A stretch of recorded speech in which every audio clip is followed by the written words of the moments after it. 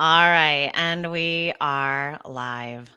All right, well, welcome everyone. My name is Amy Souza, and you are watching the Known Heretic channel. Today, I am really excited to have a panel of mothers on. We are going to be speaking about mothers' intuition in detransition and desistance. And I really want to.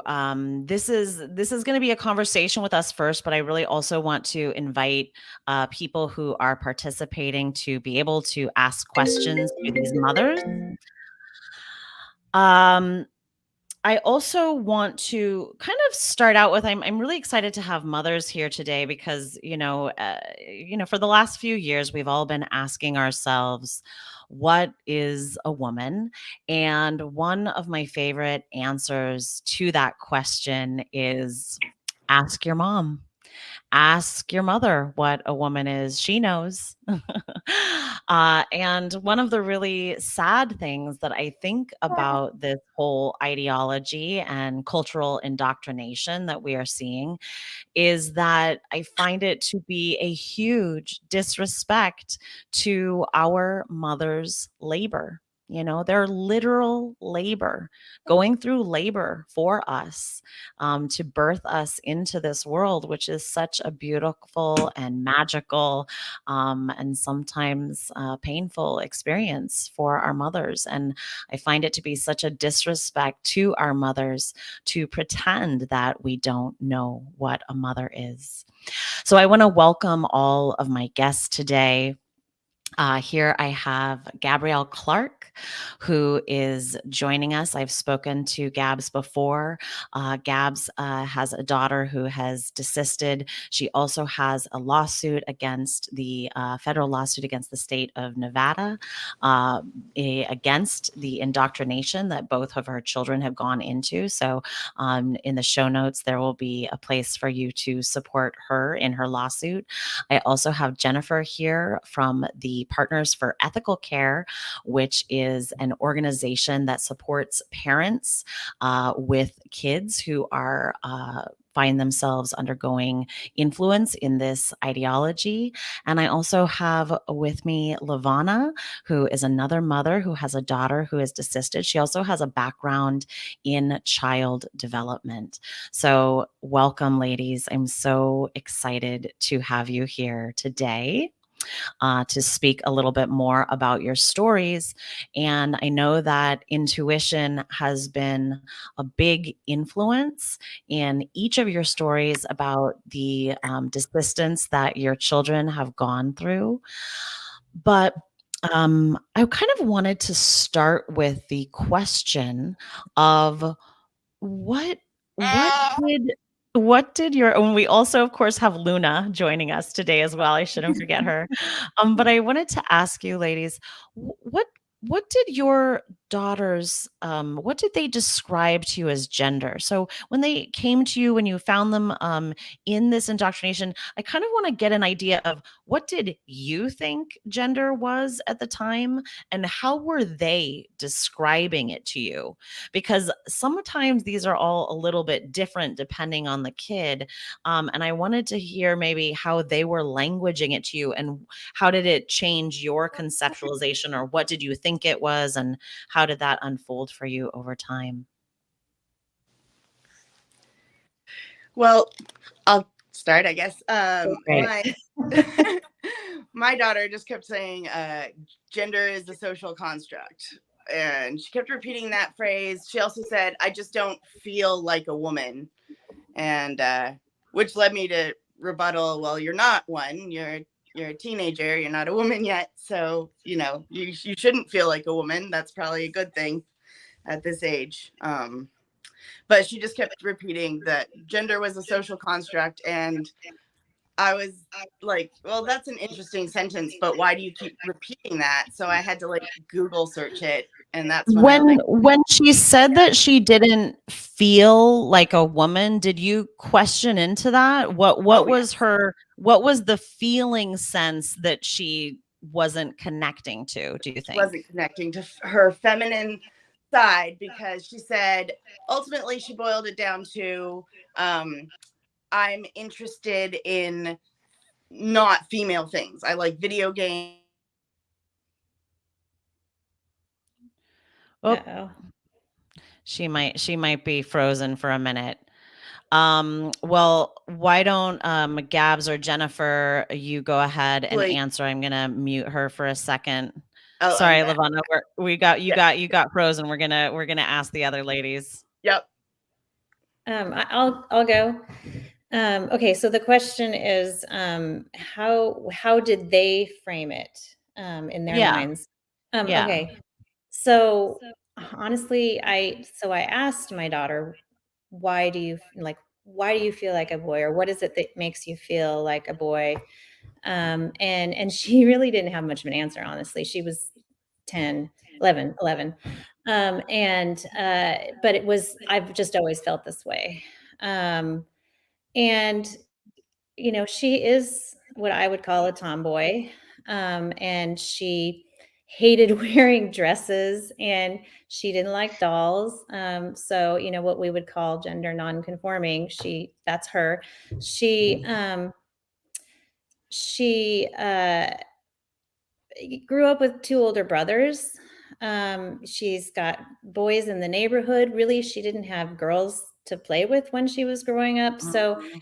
I just think she didn't relate to stereotypically girly things. yeah, But she really couldn't give me any detailed answer except for I've just always felt this way. How she felt is a good question.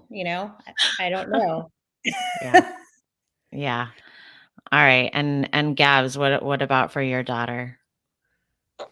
You know, my daughter is very articulate. So I used to get um a lot of conversation we would have a lot of conversations about um her problems with her body, and um really she just said she didn't want these changes. She didn't want the typical changes that go along with puberty. And you know, I think all of those things just kind of made her not really know what gender actually means and what it is referring to. So prior to all of this, I believe the the the idea that she had was that gender was just something that she just knew she didn't want to be a girl. And that was pretty much it about gender. She just knew she didn't want to be a girl, and she didn't feel like a girl. But When did they don't when really know you what it means. I mean, they don't yeah, ever really when know. you questioned into that, that she didn't want to be a girl, what was her reasoning? Most of the time, it was related to stuff that we all go through, as women,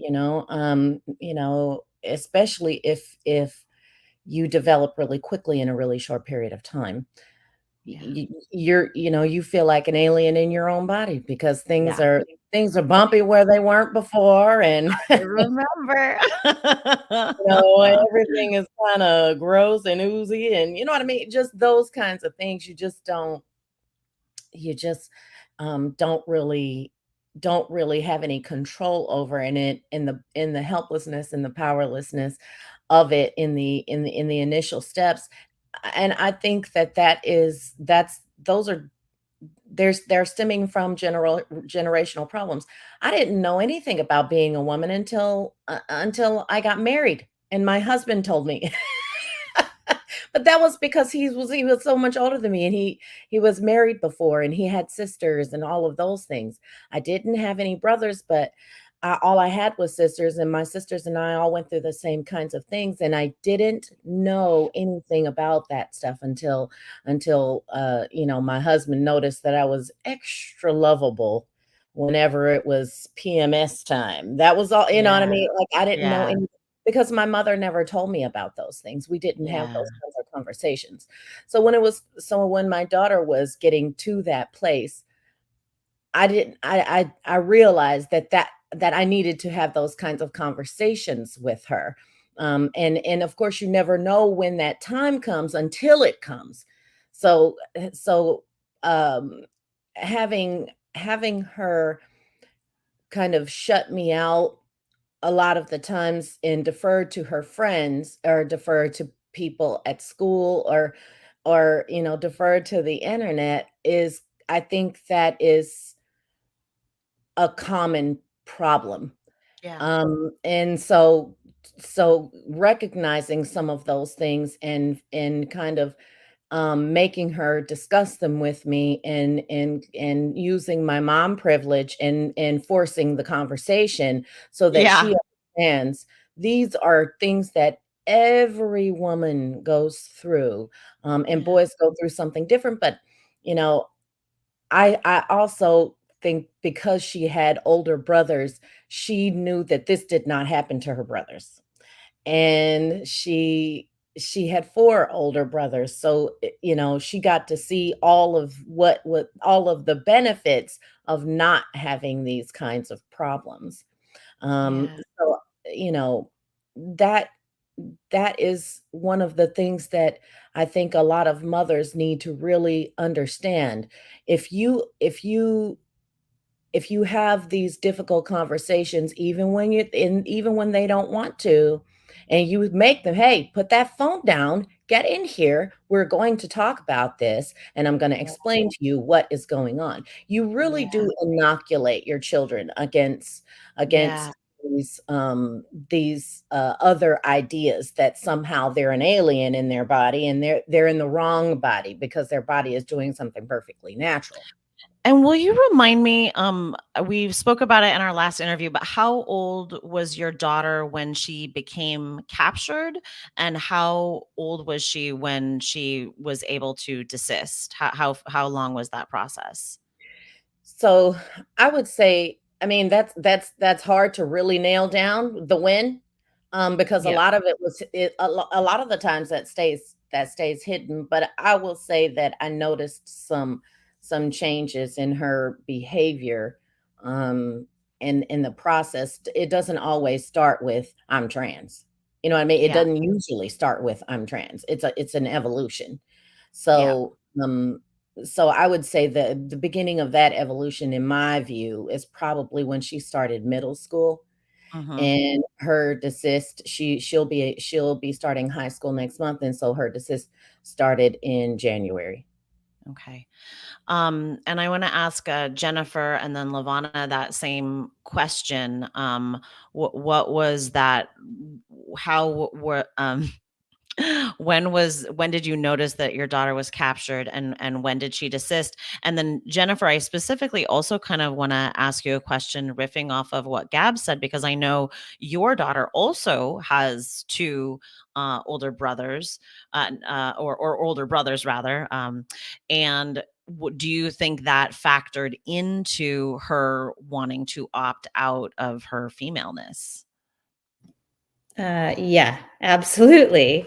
I think she uh, viewed femaleness as appearing not as valuable as maleness, as being a male. Um, so yeah, I think being surrounded by boys, she felt like she wasn't treated as important as they were. Um, Now, I don't know how much that's true. She's also the youngest of 3, so that factors in as well. But I do think she didn't feel like she was treated like she as seriously as the boys, and that was upsetting to her. Um, and also she was starting to develop kind of early. I mean, she still wears very baggy clothes, which is a typical costume for a lot of these girls because a lot of them, I think, are running from uh, their, being appearing appealing to the opposite sex, to be noticed sexually. I think a lot of them are very uncomfortable with that, and I think she was, and actually still is. I don't think she wants people to view her that way. She's 13, and a lot of these girls are actually starting to develop early and go through puberty early. So I think that factored in as well with her discomfort. Um,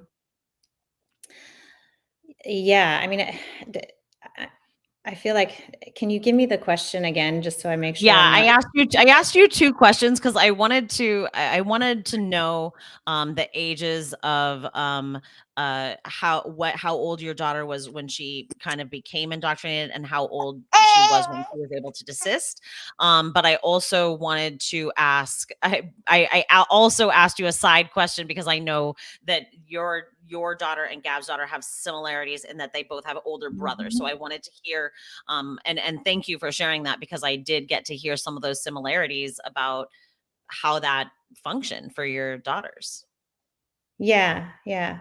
And But so how old was her indoctrination and then her desistance?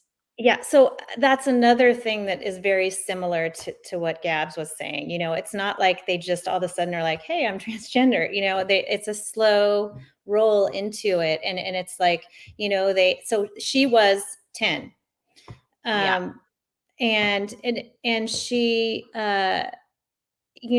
she got in an online drawing program. She was talking to kids there. They had some of these ideas.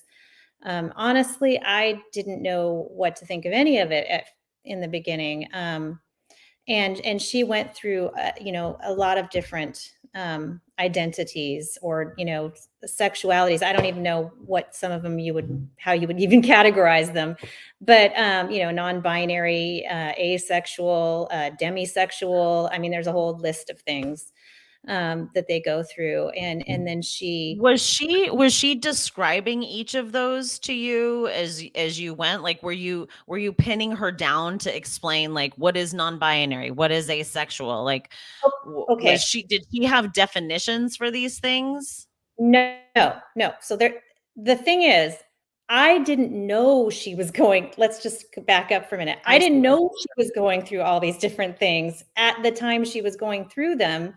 I only know now because I confiscated all her devices, and then I was like, okay, what's going on, and went through Got it. everything.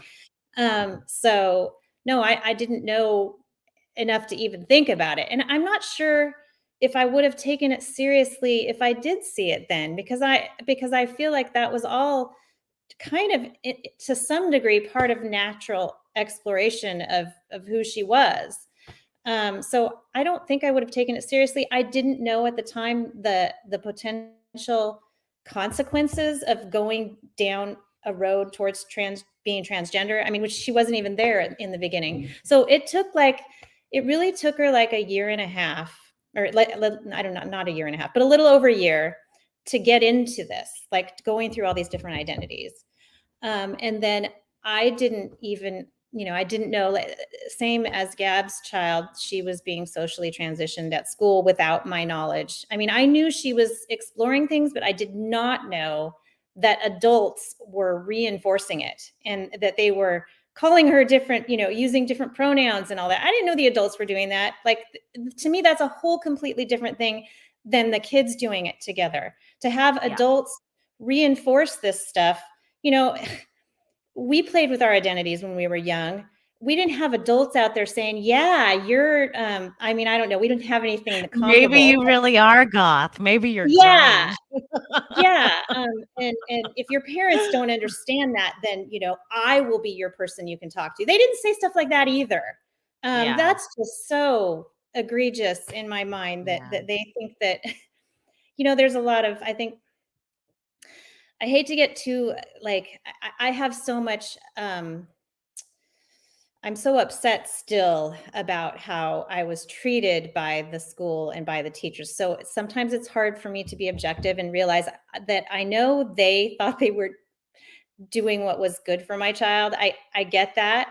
And I think that there are a lot of teachers out there who don't, um, they either don't understand what it's doing to reinforce this stuff, or they aren't or they do, and they're really uncomfortable with it. So I don't like to pigeonhole all the teachers or even blame all the teachers. I don't actually think it's their fault.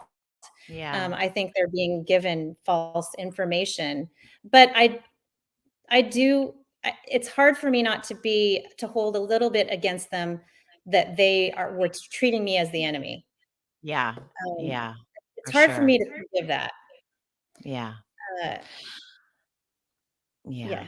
Did I answer everything? You It did. took You her, did. You it took her did. about a You year, did. a little over a year to get into it, and a little over a year for me to pull her back out. And I Yeah. had to pull her back The out. same. I had to The remove the same. injustice. The same. Yeah. And Levana, for you, what were how did your daughter come to get into this? And again, I want to open another question into the group as you're answering how she got in and how she got out. Where did your daughters get indoctrinated? What was this happening at school? Was it their friends? Was it a combo of both? Was it online? How did your daughter find herself in this? And go ahead, Levana. Well, I knew it was happening as it was happening. I was living with we had left an abusive relationship. Her father. We have a restraining order, so there's no contact now. And we were in a healing space with my friend, a gay man, and a lot of his friends were either transgender or drag queens, and they were living with us or staying with us. So there was a lot of I'm very liberal in my views, and I've grown up with gay people, so that has been a part of my reality and a part of her reality, like her whole life. And so I guess she was 12 years. Oops. Oh, Levana, you're frozen, friend.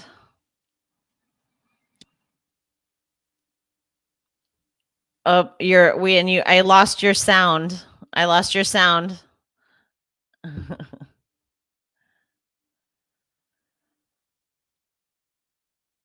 No, try again. No. No. Oh, I'm sorry. I'm gonna come back to you. Oh, here. Try. You're muted. You want to try one more time? She's frozen. Gabs, why don't I throw it to you? Yeah. You know, every parent that I've talked to, and I've talked to a lot, basically the same thing, and they have the same kinds of issues. They're getting the same, um, getting the same, um, basically journey, right, for their kids. Yeah. So it's usually starting with social media and seeing things on social media, and then it gets reinforced and encouraged by their friends, and then reinforced at school. And now a lot, and what Jennifer says is very is was almost the identical situation. We when we were young, I was a tomboy. I'm still on some one day I can be more manly than most men. And some days, I'm a lot more feminine than most women. But, you know, back when I was growing up, we would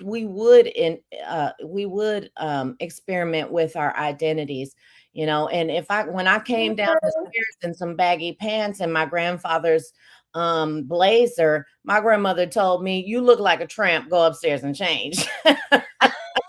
That was that was how that went. And now it's kind of like, yeah, live in your true self, live in your whole you. And I can't even imagine what kind of depression and what kind of sadness I would be overcome with every single day if I had been encouraged to accept some stage in some part of a process of me trying to come into my own and find my own self and find my own voice. If at any time any one of those identities that I was experimenting with had been encouraged for me to take that and live in that way for the rest of my life, I have never felt more powerful in my life as I feel right now as a full embodied woman. There's no there's it's almost a transcendent kind of feeling that I am a woman, I'm a Yeah. mother, and you know what, everything about my life has brought me to this place, including the journey that I went on as a teenager to Yeah. find myself. So the egregiousness of these adults in our children's lives taking one little piece or two little pieces of a child's journey into coming into their own on their own and learning themselves by themselves is stealing. It's stealing them.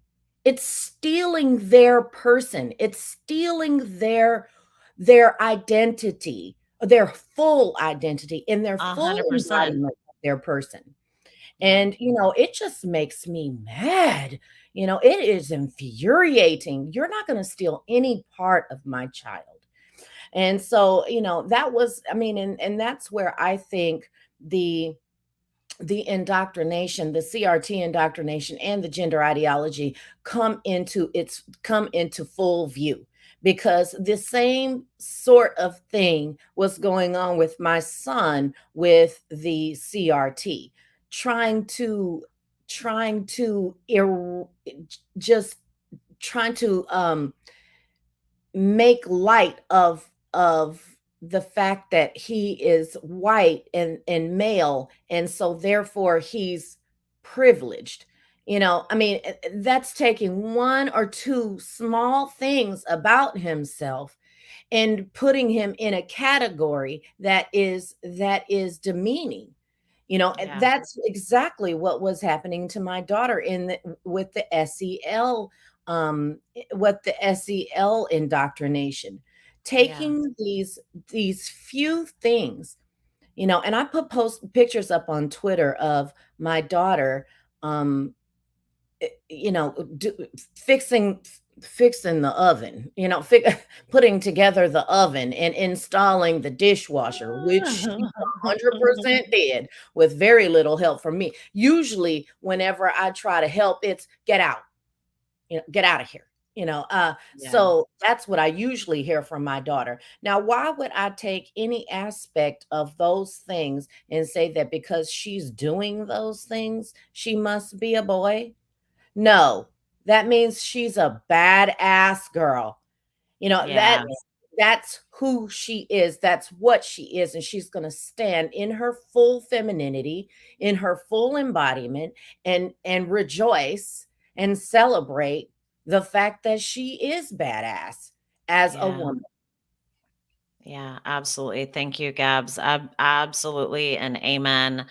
That this is, what I always go back to is that our our embodiment is how we experience ourselves. So becoming deeper in that awareness of our own sense perceptions is a deepening into ourselves. And these are not concepts. It's not a concept. It's not and I think function. It's a beingness. All right. I think Levana's having issues, but I'm gonna go to her in a second when it looks like she's figured it out. But Jennifer, why don't you go ahead and respond, and I'll try to I I'll try to plug Levana in when she gets back on screen. I'm Oh wait, are here. you I here? just I Oh, took okay, good. the Okay, good. screen Well, off let's because I let's let's go to moved. you then. Let's Sorry, I had to relocate. I think I was too far away from my router. It's so frustrating. Okay. Anyway, I was saying how my daughter got into this was basically Yeah. we were in this environment. We're very open and loving environment, and obviously being a part of LGB community was really important to me my whole life. So she had those messages growing up. And then because I was going through the divorce, we had really started focusing on healing. So we were going to support groups for abuse survivors and really diving deep. I should mention that my daughter's been in counseling since she was 5. She was sexually abused, and we took that person to court and got justice, but there was a lot of trauma. And so basically healing and counseling and being open with each other had been a huge aspect of our lives. So I was kind of going through this feeling where I didn't want a relationship. I just gotten out of one, and I was pretty verbal about that. And I remember saying something like, you know, I used to claim that I was bisexual, but I'm going to be asexual now because I'm just not interested. And she was 10 at the time. And she said, yeah, asexual, that's me. And I was like, well, good, because you're 10. So that's excellent. I have no problems with that. Like, be asexual. And then she was 11 or 12. I believe she was 12 when she started going to a art class in Capitol Hill. And the first day I dropped her off, she went in to the art class and came out. And when I picked her up, she was like, they asked me what my pronouns were. And I said, they, them. And I was like, okay, cool. And I really didn't research it. I didn't know what that meant. To me, that was nothing. I mean, it was like a drop in the bucket. Okay, that's a new cool thing that you guys are saying to fit in. And so you weren't like attaching it. You weren't attaching too much value to it. You didn't have like it didn't mean anything to me, really. Okay. I'd never heard it before. So I'd never heard of non-binary. And I mean, I've been in the gay community. I've been dancing at gay clubs since I was like younger than I should have been. And, you know, I've been in the community. So it was weird that I didn't know anything about it, but I didn't. And I was just like, all right, cool. Well, we'll just do that then for a while. And I was associating it with those feelings of asexuality, which, of course, as a child, it's perfectly acceptable. I don't understand why 10-year-olds are saying they're bisexual. I'm like, have you had sex with a man and a woman? So you know you like both, okay? No, you haven't, so you don't know. You don't know what you are.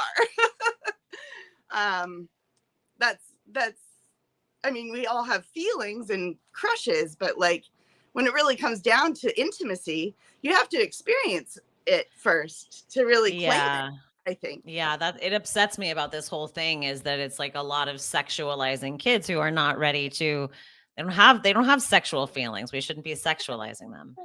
Why are we trying to find out what their sexuality is when they haven't done that yet? So, I mean, for about a year, I mean, really until the pandemic hit, it was just, oh, she goes by they, them, but I would misgender her all the time or whatever, you know, I'd use she, her pronouns and nobody ever got mad at me. And occasionally I would like, you know, tell people that we first met, oh, she goes by they, them pronouns. And like, but it wasn't a big deal. And sometimes I used them and sometimes I didn't. It was very fluid. And then one day, during the pandemic, she comes to me, I want to bind her. I have gender dysphoria about my chest. I was like, whoa, where is this coming from? Like, you're not using my they, them pronouns. Like, you need to respect my pronouns. And I was like, okay, but I don't really like using that because I feel it's like objectifying. And so we had some of those conversations where I was like, I'm not comfortable. Like, my intuition was telling me, this doesn't feel right, you know? Yeah. When did you kind of switch from it being like, oh, they, them, it's just a thing, to being like, I don't like this anymore?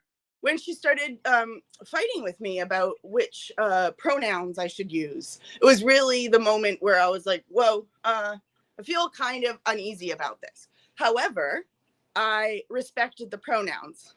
I listened to the rhetoric, I listened to her, and I saw the conviction in her. So I was like, all right, I'll try and do this. So we did the they them pronouns, and then the binder conversation started to happen, and that was a hard no for me. I wasn't like, to me it was I didn't realize it at the time, but I feel like it's a socially acceptable form of self-harm where you're binding yourself. It's actually physically very uncomfortable. Absolutely. Absolutely. It's culturally endorsed self-harm for sure.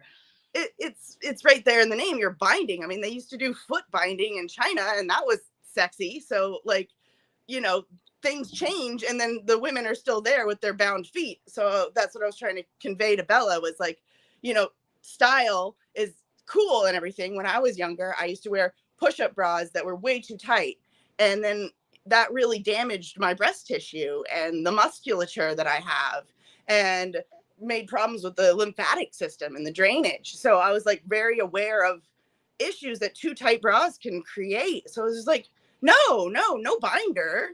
That's ridiculous. Like, why would you do that? And so I guess it was sort of an ongoing problem where we were fighting about this binder situation. And one day I just sort of laid it down, like, nope, this is not happening. This is how it is. And by the way, why are all your friends boys now? It was 100% of her friends. Like, it had been slowly, one friend at a time, Lily is a guy now. And, oh, this other person is a guy now. And next thing you know, everyone's a guy now. I'm like, yeah. I just said to her, what is it that makes you guys not want to grow up to be women? Like, and my brain just started thinking, like, was it the Me Too movement? Was it all this talk about women make 72 cents to the dollar? Like, what part of the last year and a half went so horribly wrong that it went from like millions of women marching in the streets for the women's march to every single teenage girl I know is a transgender guy now? Why? And she didn't really have an answer. That's when she was like telling me about, it's just my style, the way I dress, what I'm interested in. Those things make me a guy. And I was like, no, I mean, define woman for me. Because if you tell me that a woman has to be anything else besides for she has a uterus, these are her bits, then you're being like you're stereotyping women, and that's just not okay. Like, you can't put me in a box, Did you or she connect any of this for her to her early sexual abuse? I did right away. And I did take it all very personally, as I think we all kind of do initially. And I heard you guys talking about how, you're thinking about like the older brothers played a role. Well, there was no older siblings in our life. And I might say, well, I might attribute it to this and that. I don't attribute it to any of that. I attribute it to what she was watching on the internet, what her friends were going through, and what they were teaching at school. That's it. That's all I attribute it to. It wasn't anything I did. And I mean, I've done a lot of things wrong, and I made a lot of mistakes. We all do as parents, but this wasn't coming from something that I've done wrong. This was an external force that was coming. Yeah. Thank you. Jennifer, sort of, same kind of thing, where did your daughter get sort of captured in the indoctrination, or maybe we can even move the conversation. What were the first, maybe here's a good question. Where was the point where you were like the most afraid? And what was the point where you what was the turning point where you could start to have hope? What was that kind of arc? Okay. I think I actually have to start at when did I realize this was a serious issue that,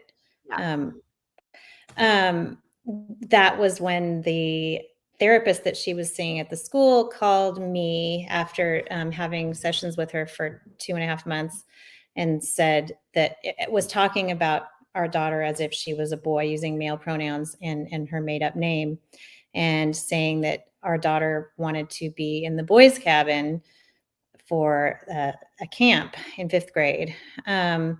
That's when it was like the needle scratches on the record, whoa, like what's going on here? And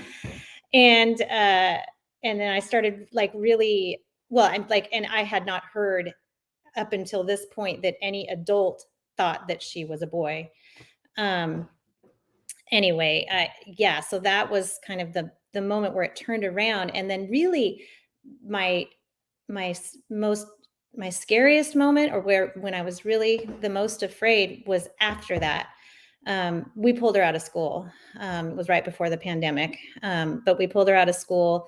And then my husband actually went on a trip with her and my sons, and that was when I was able to dive into what the hell is all of this.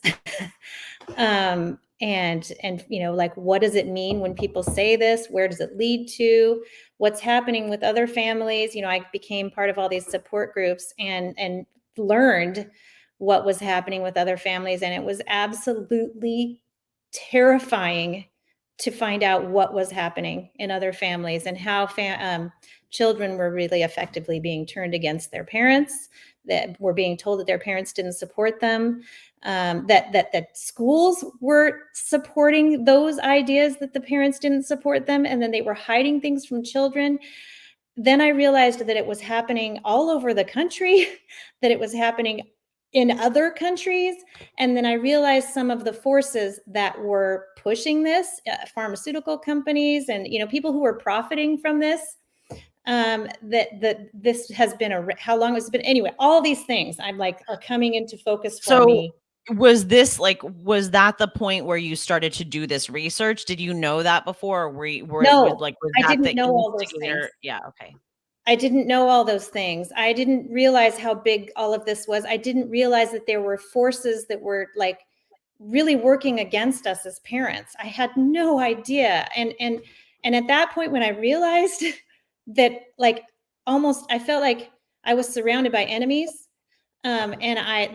This is the moment. It's like I went off in my car. I called my mother and I was like, Mom, I'm bawling. I don't know what we're going to do. Like, I don't think I can send her back to school. I don't even know, like, I don't even know what to, like, we were talking about going to another country. And I was like, you can't, there's no country to go to that's safe, and it's like all over the world. This is crazy. And I felt like I wanted to escape to another planet. So it was terrifying. And then at that point, I realized I had to fight this, and that I had to do whatever I could. We tried to sue the therapist because she really took,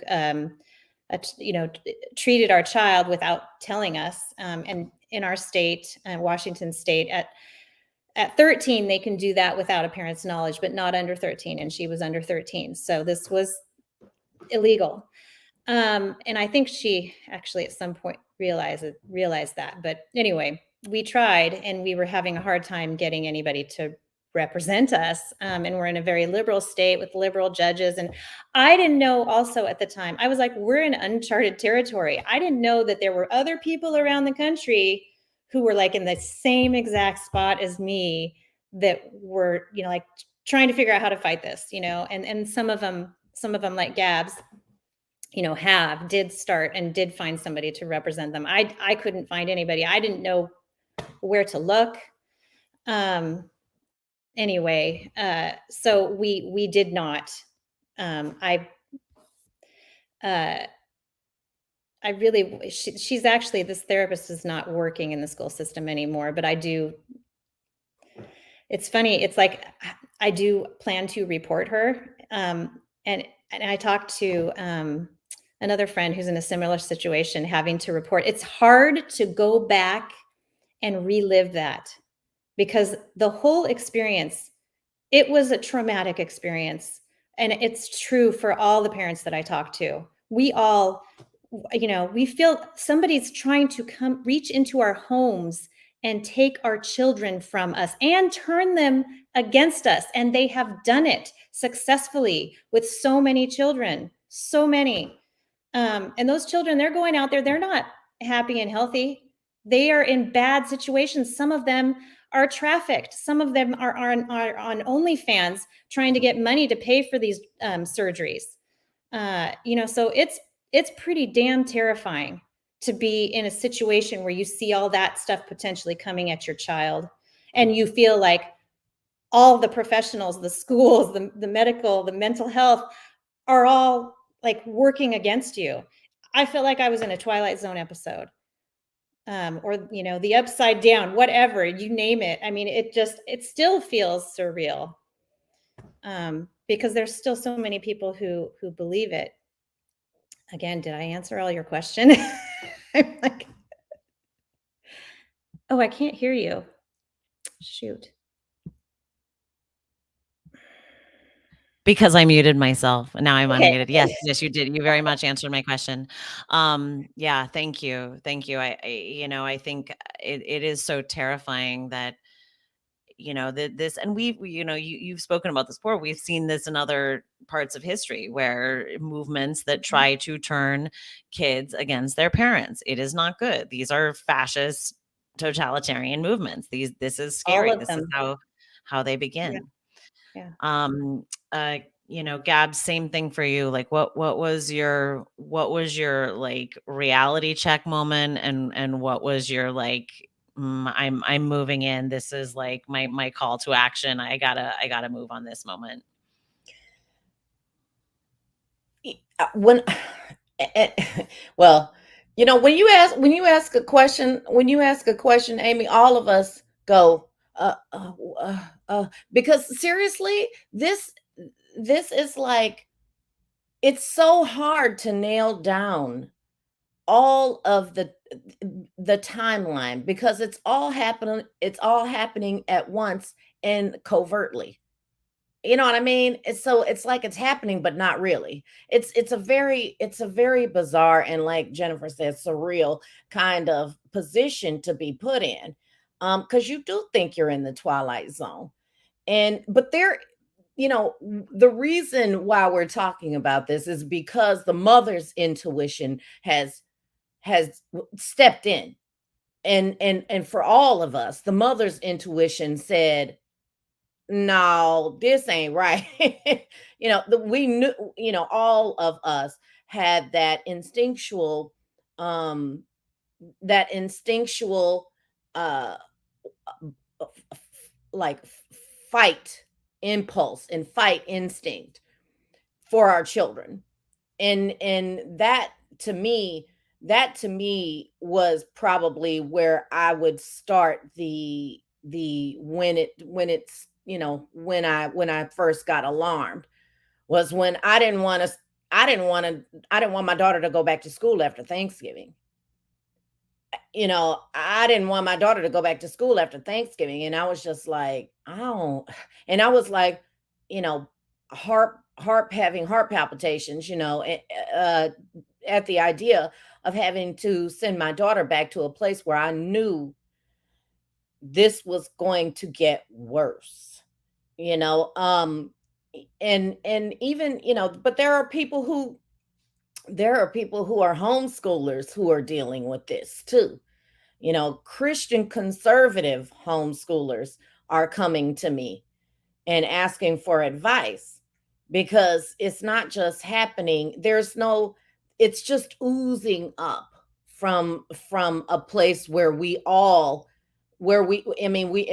know which way to go. We don't know which uh leak to plug first. We don't know which part, or what space, or what environment do we address this first. Because it does ooze in from so many different places. So I think, Thanksgiving of last year is when I was like, I don't want to send my daughter back to school. There's something not right. This whole thing is getting so out of control. I mean, and when we talk about it, it seems so trivial. But when you're going through it, it is terrifying. It is a nightmare. The constant emotional upheaval of a teenage girl, is bad enough. But you add in the upheaval of an emotional teenage girl who doesn't think she's a girl, or who is being told that she's not a girl. I mean, that is a kind of, daily, um a daily emotional roller coaster. It's not just a little moody here and there, you know what I mean, or listening to sad music and writing bad poetry. We're not talking about that. You know what I mean? We're talking about cutting and scratching and the binding and all of these self-harm things that they think is cool and is fun, and they're having competitions to see who can get away with more and more self-harm, you know what I mean, and not being discovered. Just those kinds of things, looking into my daughter's social media and seeing all of the terrifying. And I didn't have the presence of mind at the time to even save any of it, because I didn't think it was going on with anybody else. And so, all of that stuff, I wish I would have saved all of that stuff, so that we would at least have the some more information as to the timeline and the progression of this mind virus. But all I can really say is that, when I felt like I didn't want to send my daughter back to school anymore, and when I felt like I didn't want my daughter to be involved with her friends anymore, and it wasn't just some girl who wears bright red lipstick, that I didn't, we ain't talking about that, you know what I mean? Or even a promiscuous girl, you know what I mean? Like, even a promiscuous girl, that would have alarmed me, but it would not make me feel like I need to leave the state. You know what I mean? Like, that's where this became very real to me, that if I don't get my daughter out of this, she's gonna die. Like, by her own hand, or in some other terrible way. And even if she even and it don't even have to be that extreme. Even if I was being irrational about that, she would definitely suffer a lot more than what a normal teenage girl would. And not and um irrevocably. She would not, I mean, stuff that she would not be able to recover from. That was very clear. And like Levana said, a lot of parents, it happens to a lot of children who are suffering from some other issue, and the escapism and all of those things, but they're not the cause per se. You know what I mean? There's a correlation without causation. You understand what I'm saying? Like, so Yeah. this yeah, my daughter had other issues. And once now that she's out of it, we have to address those issues, because I think that also helps to inoculate the children against this sort of thing. But it wasn't something that I did or didn't do as a parent, because I'm seeing two very good parents Yeah. have this happen to their children. So if you get to a place where you think that your child is going to die or severely suffer from something that they're engaging with their children, that's when you need to be like, okay, what is really going on in here? Yeah. It's not just something you can ignore, like Jennifer was talking about earlier. You when we were young and we were like, I'm new wave now, you know what I mean? Or I'm goth now, you know what I'm saying? All of that stuff. I listen to NXX all the time, you know what I mean? Kind of thing. The parents would say, sure, or when as a you start speaking with an English accent or an Australian accent, and midnight oil is my shiz, you know what I mean, kind of thing. That whole thing, that those kinds of things that I experience, and my the authority figures in my life would be like, okay, you know what I mean? Ignore that. This ain't that. This is not that.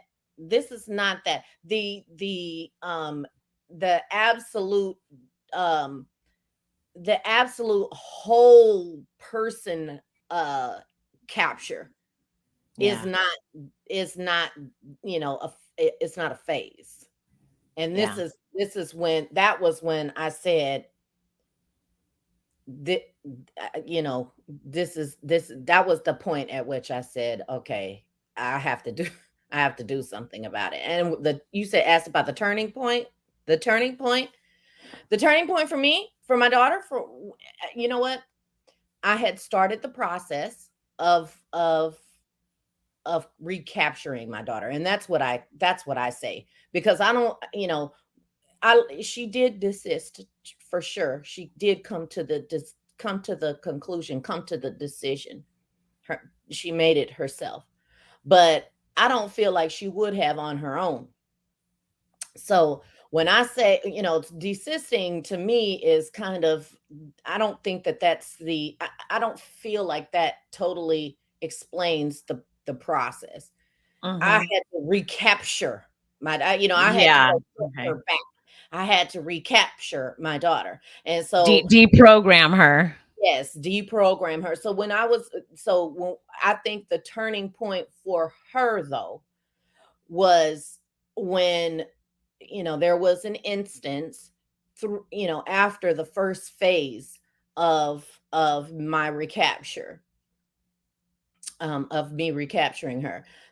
After that first phase, getting her off of social media, relocating to another state, and helping her to detox, the detoxification, when she could hear me, and when that was the point at which I realized she understood, and I was getting through. I Yeah. mean, I remember that face as if it were yesterday, and I'll never forget that face. I'll never forget when the face she made when I got through. She was spinning out. She was begging for antidepressants. She was begging for her phone. In complete crisis. And I tried to explain, okay, this right here, this is the addiction. This is what it's telling you. This is it precisely what it wants. And you have to know, you have to understand, mother is not trying to hurt you, honey. Like I just had to, you know, lay it out in a way that she would understand. You know me. I would not go through these lengths just to hurt you. You know that I would not do that. That's not the person that I am. And if for nothing else, I am too lazy to care about something that you know what I mean? That I am not going to go out of my way to make your life miserable. I am not that kind of person. I would rather be sitting on a couch binge watching a TV show than torturing you, honey. I mean, and that's true though. You know what I mean? But I had to put it into a way that she would understand, in a way that because she knows my behaviors as well. So I had to put it in a way that she could connect the images of me sitting on the couch doing nothing like I like to do, you know what I mean? Like I would rather be doing prior to all of this, prior to, this journey, the way that she would see me a lot, when I wasn't working, of course. That and the way that she knew I would take care of everything and hurry up and get everything done so I could sit down and do nothing. Like that was, you know what I mean? Like most of us. And once she once I could see she got that idea in her head, and I could see that she recognized me again. Yeah. Yeah. In her eyes, I saw it in her eyes. That was when I knew I could start talking to her about reality too, because that was when I knew I could move on to the next phase. And she could hear me, and she could see, at the very least, that maybe what I'm saying is right, and maybe Yeah. what I'm saying is in her best interest. It Yeah. wasn't, it it wasn't anything that I could fix overnight, and she didn't immediately just defer to me on all of these issues from then on, but that was the point at which I could Yeah. see I was getting in. Yeah. Yeah. Thanks, Gabs. Yeah. Um, let's open this up a little bit more and just kind of talk some general strategies. And Levana, I think my audience has heard from Gabs and Jennifer. Of course, we're going to hear from you more also today, but w- I haven't interviewed with you yet. So what are some of the tactics and strategies that you were using that worked? What were some of the success points? I find this challenging because my daughter and I have a certain relationship that has been built upon for years now. With, I guess, the start being, an assault that happened to her at a young age, and I was there for her. She was able to, Lord knows how, she was able to come to me and tell me what happened to her, and she trusted me with that information, and I sought justice for her. And we were the 3% that actually sees a conviction. So we got very lucky, and that instilled a lot of trust in our relationship between me and my daughter. And then going through the divorce was another instance where she really needed to trust me, and I really needed to trust her, and our relationship was very close. It was challenging with a custody battle, and her desire to be with me rather than her father, which was contentious to the extreme. Um, we had a very close relationship. So when I approached her about this stuff, I was sort of able to fall back on that history that we have, that connection that we have, where I'm showing up for her and protecting her when it's needed. So she knew that I was the type of person that was going to fight for her no matter what. And despite all odds, that, if something was happening that was upsetting her, that I would be there. Um, so she trusted me a lot, and I had that in my favor. Uh, so I guess the strategy that I wanted to, I mean, it was very lacking in strategy. I heard Gab's interview the other day. I was just like, wow, she's so thought out, like how she planned this. And me, I'm just like yelling at my child in the parking lot of the hairdresser, like she's crying. It's messy. But through those conversations and through me literally just diving headfirst in, I was like, she's saying that it's a social construct. What does that mean? She keeps saying this to me. Like, so I typed it in, gender is a social construct. And I read up on that stuff, and that it piqued me because I was like, well, John Money coined this phrase, gender is a social construct. And he used this horribly unethical science experiment to prove his point. And from the get-go, I recognized John Money as an abuser. He was a pedophile. He was doing very questionable things to those two boys. And if you don't know the study, sorry for going on about it, but you can look it up. John Money and the Reimer brothers. I can't remember. So I started talking to her about how, this seems to be an ideology. Like, a group of ideas that they're that she's parroting back to me. So this ideology comes from somewhere. And in that conversation, she told me, yeah, in 7th grade, they taught me all this stuff in school. And I think that was the moment where I was like, wait a second, they're teaching it in school? Like, what do you mean you learned this stuff in school? She's like, yeah, it didn't make sense when I was learning it in school, but they just sort of gave it to me. Like, these are the genders, these are the pronouns, here's the genderbread man, and all this stuff. And I was just sort of blown away by this knowledge that she just imparted on me. Like, school is involved? Like,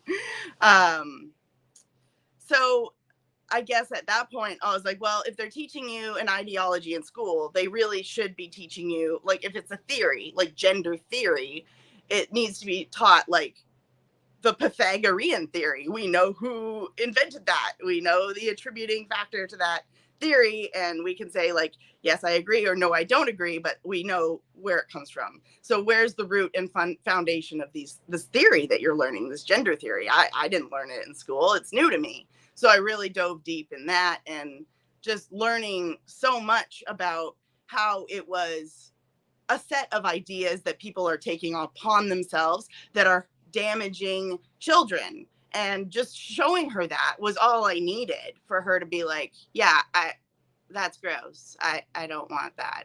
Yeah. So it's hard for me to be like, these are some great strategies, because just hold your kids close and like talk to them and be there for them and listen to them and treat them like grown-ups, you know, because I wasn't saying like, this is how you should think. I was saying like, this is a strategy for critical thinking. Like, what do you think about these things? You know, rather than saying, oh, this is all bad. So I like give her the information and go like, okay, Bella, like, given the fact that social construct came from John Money, how are you feeling about that issue? And then she'd have to address that. Well, that's not so good. So I guess just giving your children the credit that they understand so much more than we think they do. And if you can talk to them and treat them like they're intelligent enough to get the weight of this, it worked for me, but that doesn't mean that it's going to work for everybody.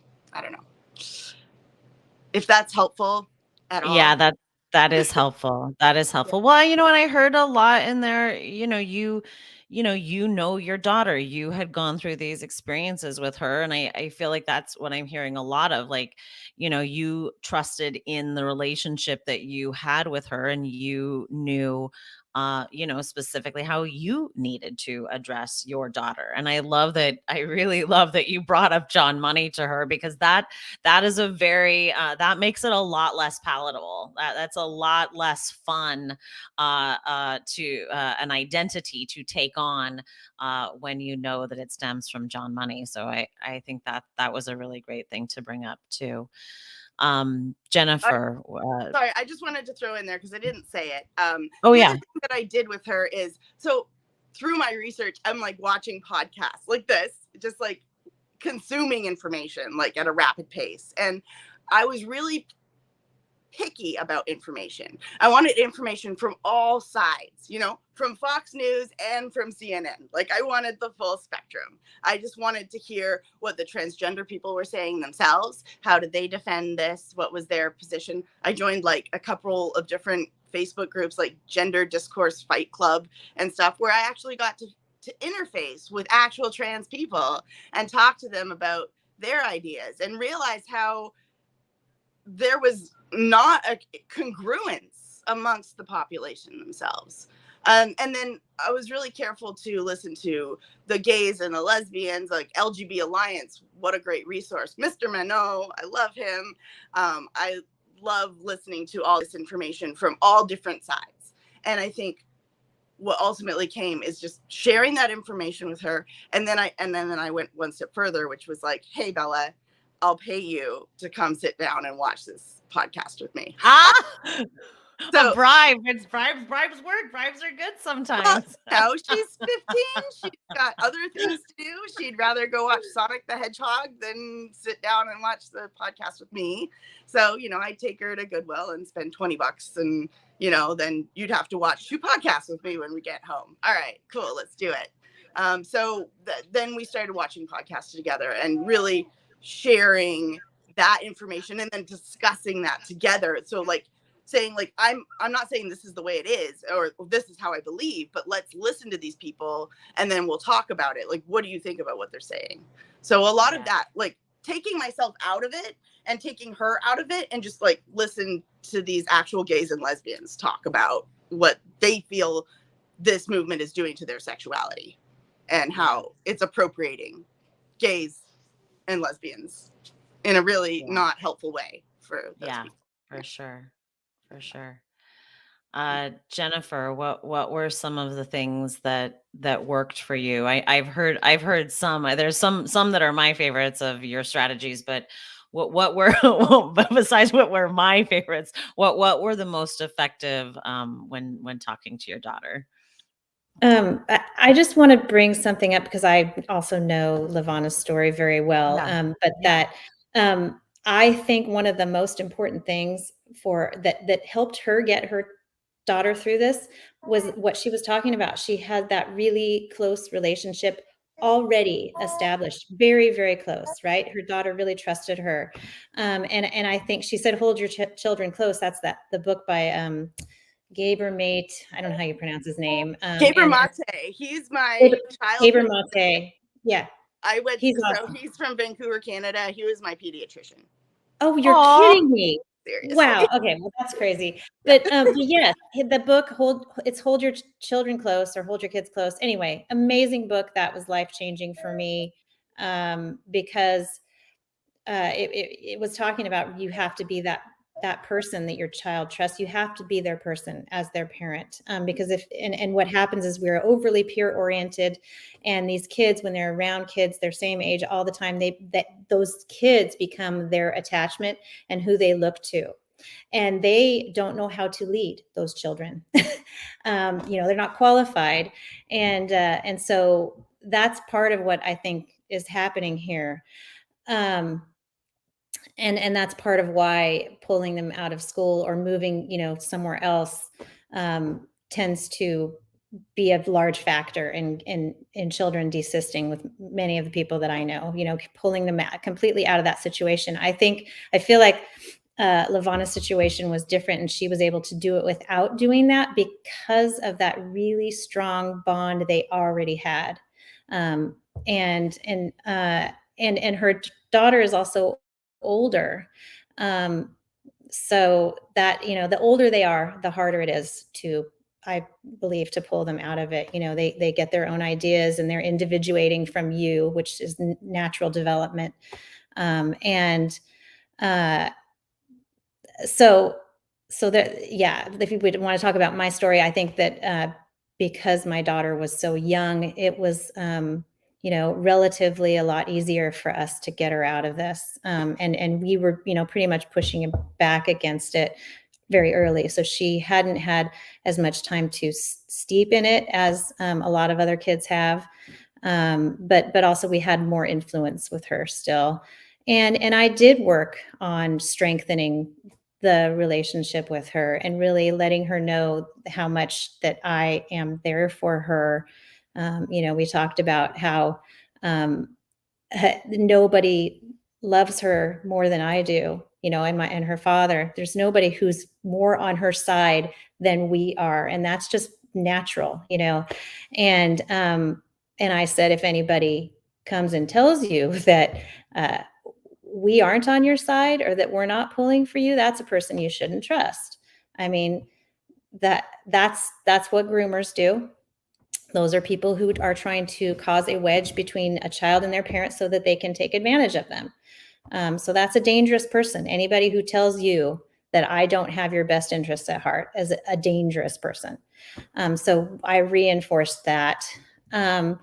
we talked about a lot of like societal and historical things. And then this was over a long period of time that we had these discussions. Like I had to wait for the right moments. You know, this was a very careful process. It's just like what Gabs was saying. It's not like she just, you know, turned it off at some point and said, oh, okay, I'm done with this. It was a very, very slow kind of pulling out of it. And one of the first things I talked about was doctors. You know, you can't always trust doctors to tell you, you know, what's in your best interest. I mean, they might believe it, but we talked about the opioid crisis and how doctors really steered people wrong through the opioid crisis, and they had, you know, financial incentives to do that, and how that can cloud their judgment. And that can happen with adult professionals. So we talked about that, and we talked about things like, you know, when children were being turned against their parents, like in Nazi Germany and in China. We talked about North Korea and how they, you know, they don't have certain words for things like friend, and how that not having certain words for things or the language we use affects the way we think. You know, I talked about how Congress is trying to, well, it did, you know, get rid of using certain family words in, you know, mother, father, daughter, sister, brother, aunt, uncle. These words are important. And for the fact that they are not wanting to use those words, wherever it's stemming from, it makes me feel like they are trying to break down family bonds. And that's very frightening to me, because if they are doing that, then that means they're trying to take control of children. And like you said, Amy, that's never that's never in society's or the children's or anybody's best interest, except for those people who are trying to get power. So, you know, yeah, we talked about a lot of historical things that, and I didn't relate it to what's happening right now. We just started talking about them. It was part of homeschool. And then at some point, when we watched a documentary on Scientology. And so she learned about cults. And cult thinking. And then at some point, I talked to her about detransitioners and what happened with them, and how they, you know, they thought they were the opposite sex, and they were very, very sure of this. And they did things and when they were young, right? And they took drugs, and they had surgeries. And then in their mid-20s, when their brain finishes developing, they realized, because they had the capacity to, that this was a mistake. And when they got into this whole idea of being the opposite sex, they had just, you know, they were really celebrated, and really got a lot of attention, and it felt really good to them. And then when they decided they weren't anymore, these people just dropped them and were not, you know, were pretty nasty to them. And she, you know, instantly was like, well, that's like a cult.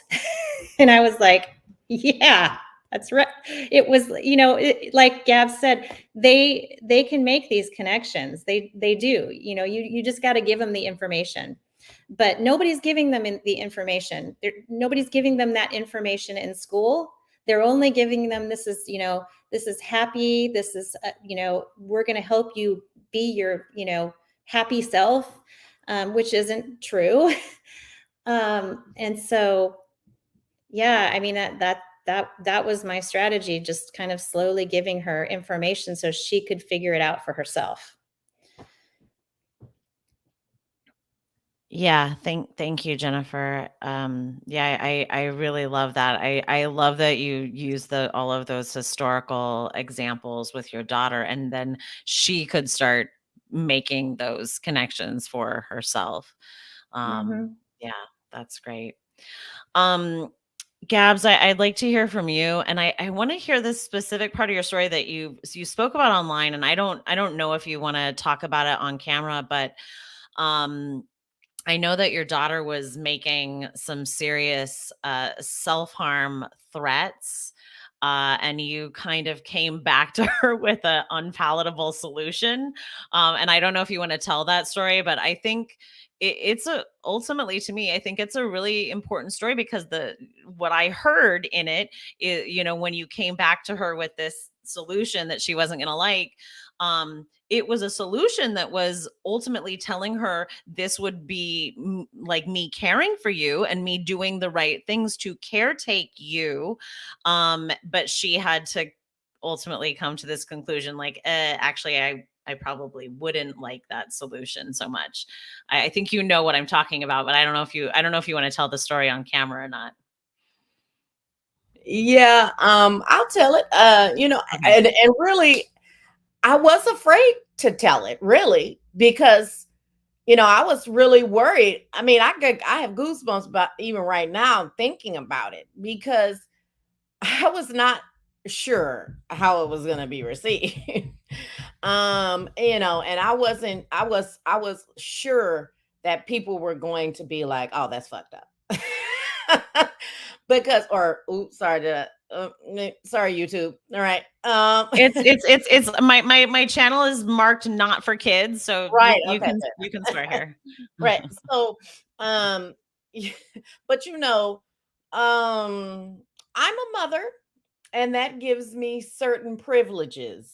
Because I said so is one of them. And I, and manipulation is also another. So mom guilt, all of it. I'm a mother. I do, right or wrong, good or bad, I do all of it. Okay. So, you know, my daughter, she had a list of all of her mental illnesses, because they have used mental illness as a way to shield themselves from question. And so I decided to use their mental illness right on back against them, just like I do with other things. With the racism issue, you call me a racist, well, I'm gonna use your racism right on back on you. You know what I mean? Like I took it, I took that mental illness nonsense, and there are people who have mental illnesses, real ones, that need addressing, which makes to me is the reason why this is even more egregious, because they're weaponizing mental illness and really making the people who are suffering from these illnesses, they're marginalizing them even more. Well, You and know, I think you saw through it. You saw the yeah, manipulation tactic.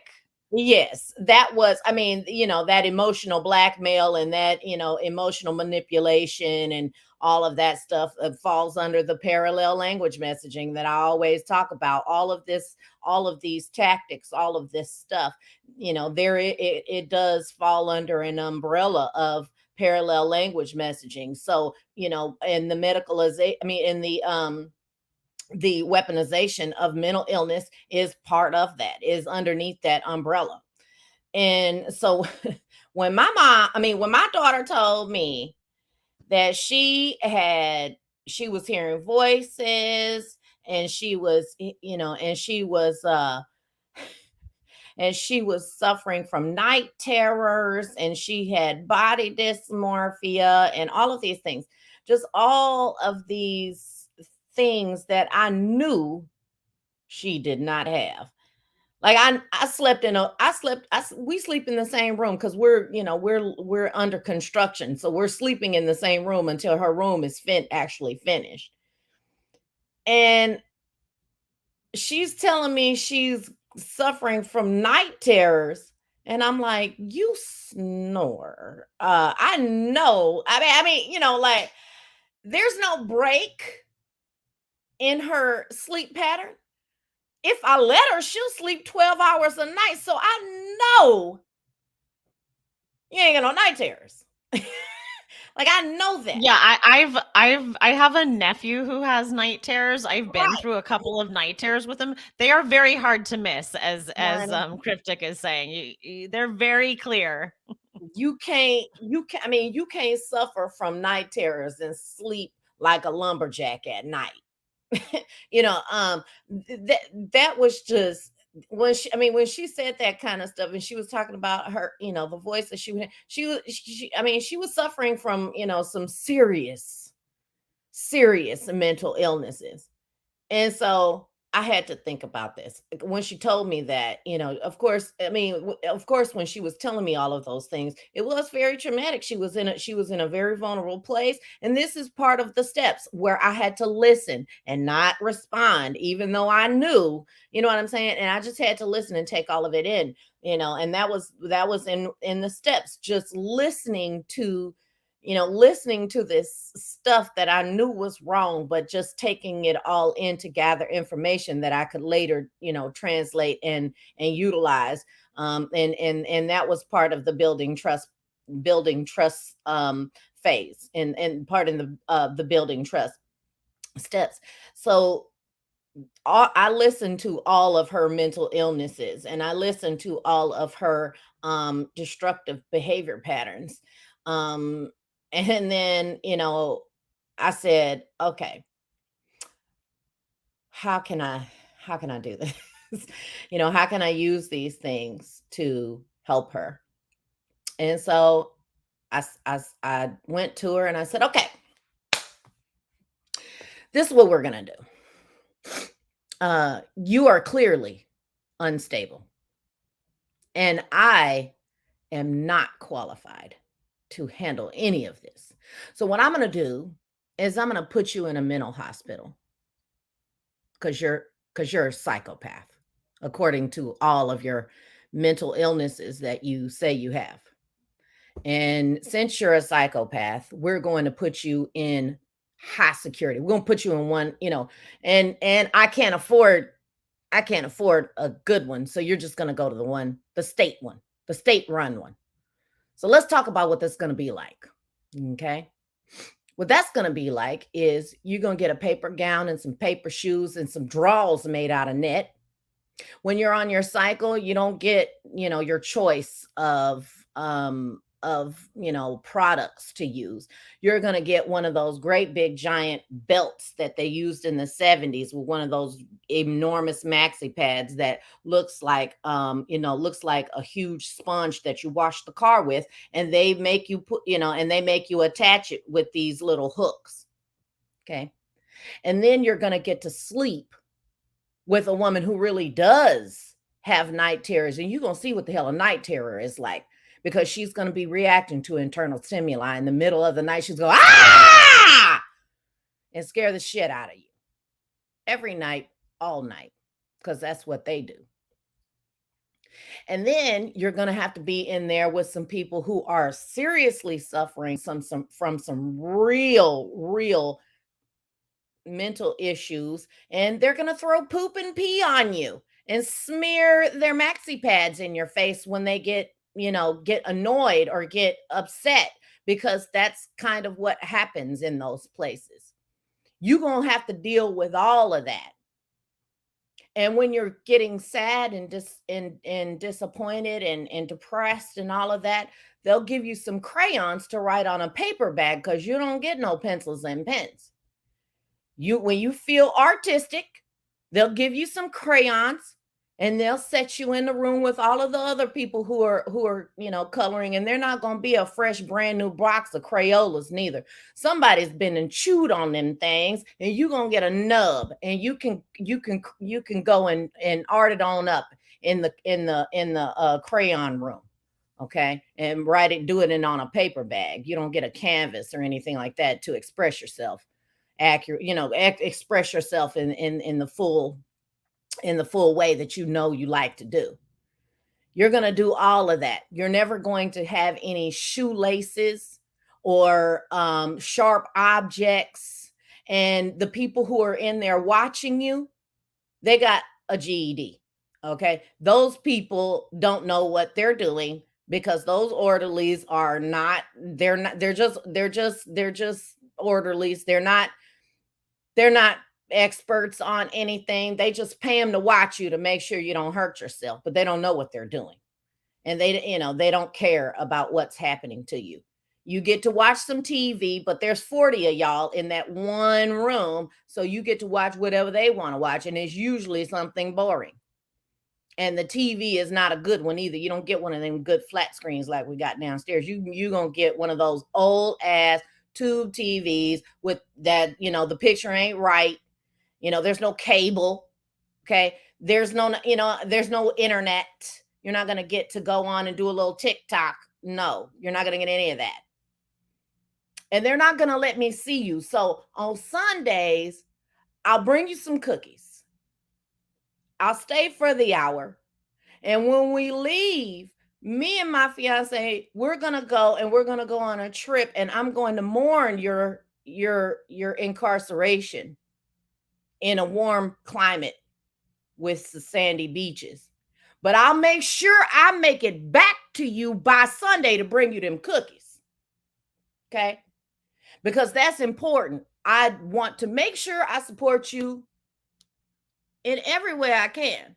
So I'm going to be sure to bring them cookies to you every week. Every week. Now, I won't forget. But when the hour is up, I'm on a plane, because I'm sad and I need to,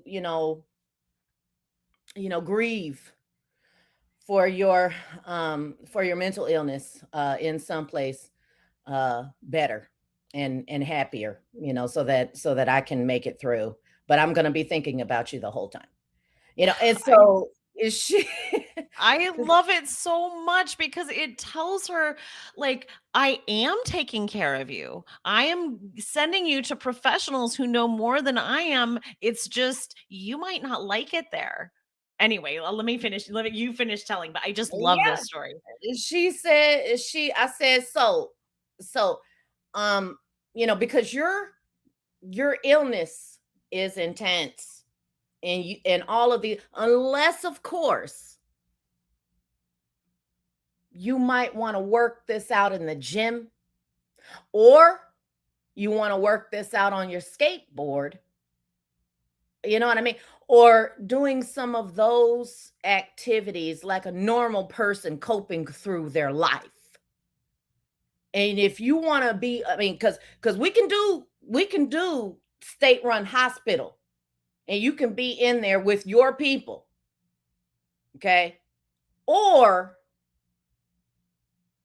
you can join society and behave like a normal human being. But it's up to you. That's your decision. If this is what you want, we can make that happen. Do you want to be in there, or do you want to enjoy civilization like the rest of us? And she said, I'll enjoy civilization like the rest of us. Yeah, maybe. That wasn't a hard decision, right? But, there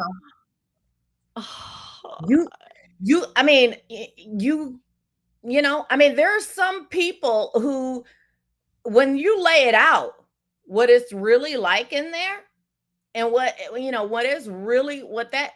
being all of this really does entail. I didn't go into I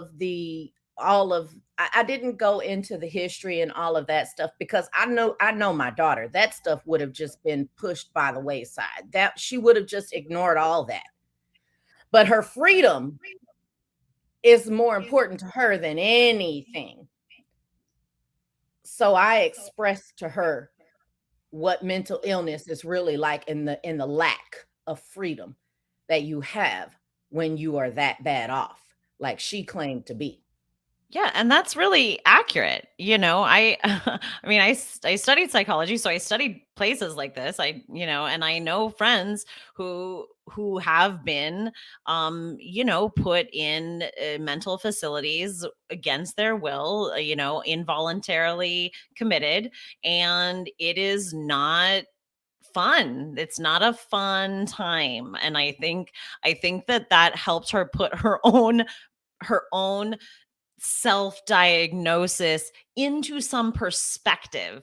You were basically saying for her, here are people who are really going through, who are really out of it.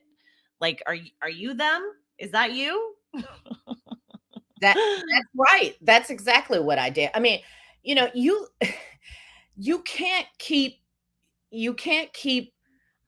tiptoeing uh and just kind of blowing it off and letting them lie to you, and you know, you need to call out the lies. Like you do. You have to call it, you have to call all of it out, and you have to address it, because otherwise they're going to continue to lie to you and think that it's okay in other areas too. Even after they desist, this is going to be something that you're going to have to contend with. So let them know that every lie you tell, I'm going to check it. And if it sounds too outlandish, or if it sounds too absurd, I'm going to check it. And Yeah. and I guarantee you I'm going to know more about it than you do. You know, so you know, that was just, the time when, and that, I would say, when that particular conversation happened, that was when truth started to happen. That was Yeah. when actual real conversations of honesty and getting the trans talk out of the picture. Yeah. That got Yeah. all the trans rhetoric out of the picture, Yeah. and real emotional problems and real, psychological issues and real emotional issues started to come to the forefront. So we could really discuss some of those things and talk about them, for real, and address her issues that were actually happening to her, and not this nonsense. That was when all of that stopped. That conversation did put a halt to all of those things, and we got to start talking about real things. Yeah. Yeah. I think that's so great. I just love that story. Ladies, I kind of just want to, I guess, open it up a little bit for you amongst one another. I don't know. Do you have any questions for each other or comments on what you've heard from one another? Yeah, Jennifer, go ahead. I just Oh, have a and then comment to make. Yeah. And then I just want to say to my audience, thank you all for listening. Jay Thomas, I see you're here. Joyce, thanks for being here. Yeah. Cryptic and Jamie and Anno and P Dog, Judy, thank you guys for being here. I'm gonna. We've been here about an hour and a half, and I think we're probably gonna go about another half hour. So as my guests are talking amongst each other, if you have any questions that you would like to ask these ladies, please put them in the comments, and then I will put them up on the screen for them to answer. I had a lot of questions I wanted to ask, but I know you all have some questions that you want to ask. And I'm sorry to have cut you off just then. Jennifer, go ahead. Okay. It's okay. No, I just wanted to point out some more of the brilliance of Gab's strategy when she's talking to her daughter and scaring her about going into this facility.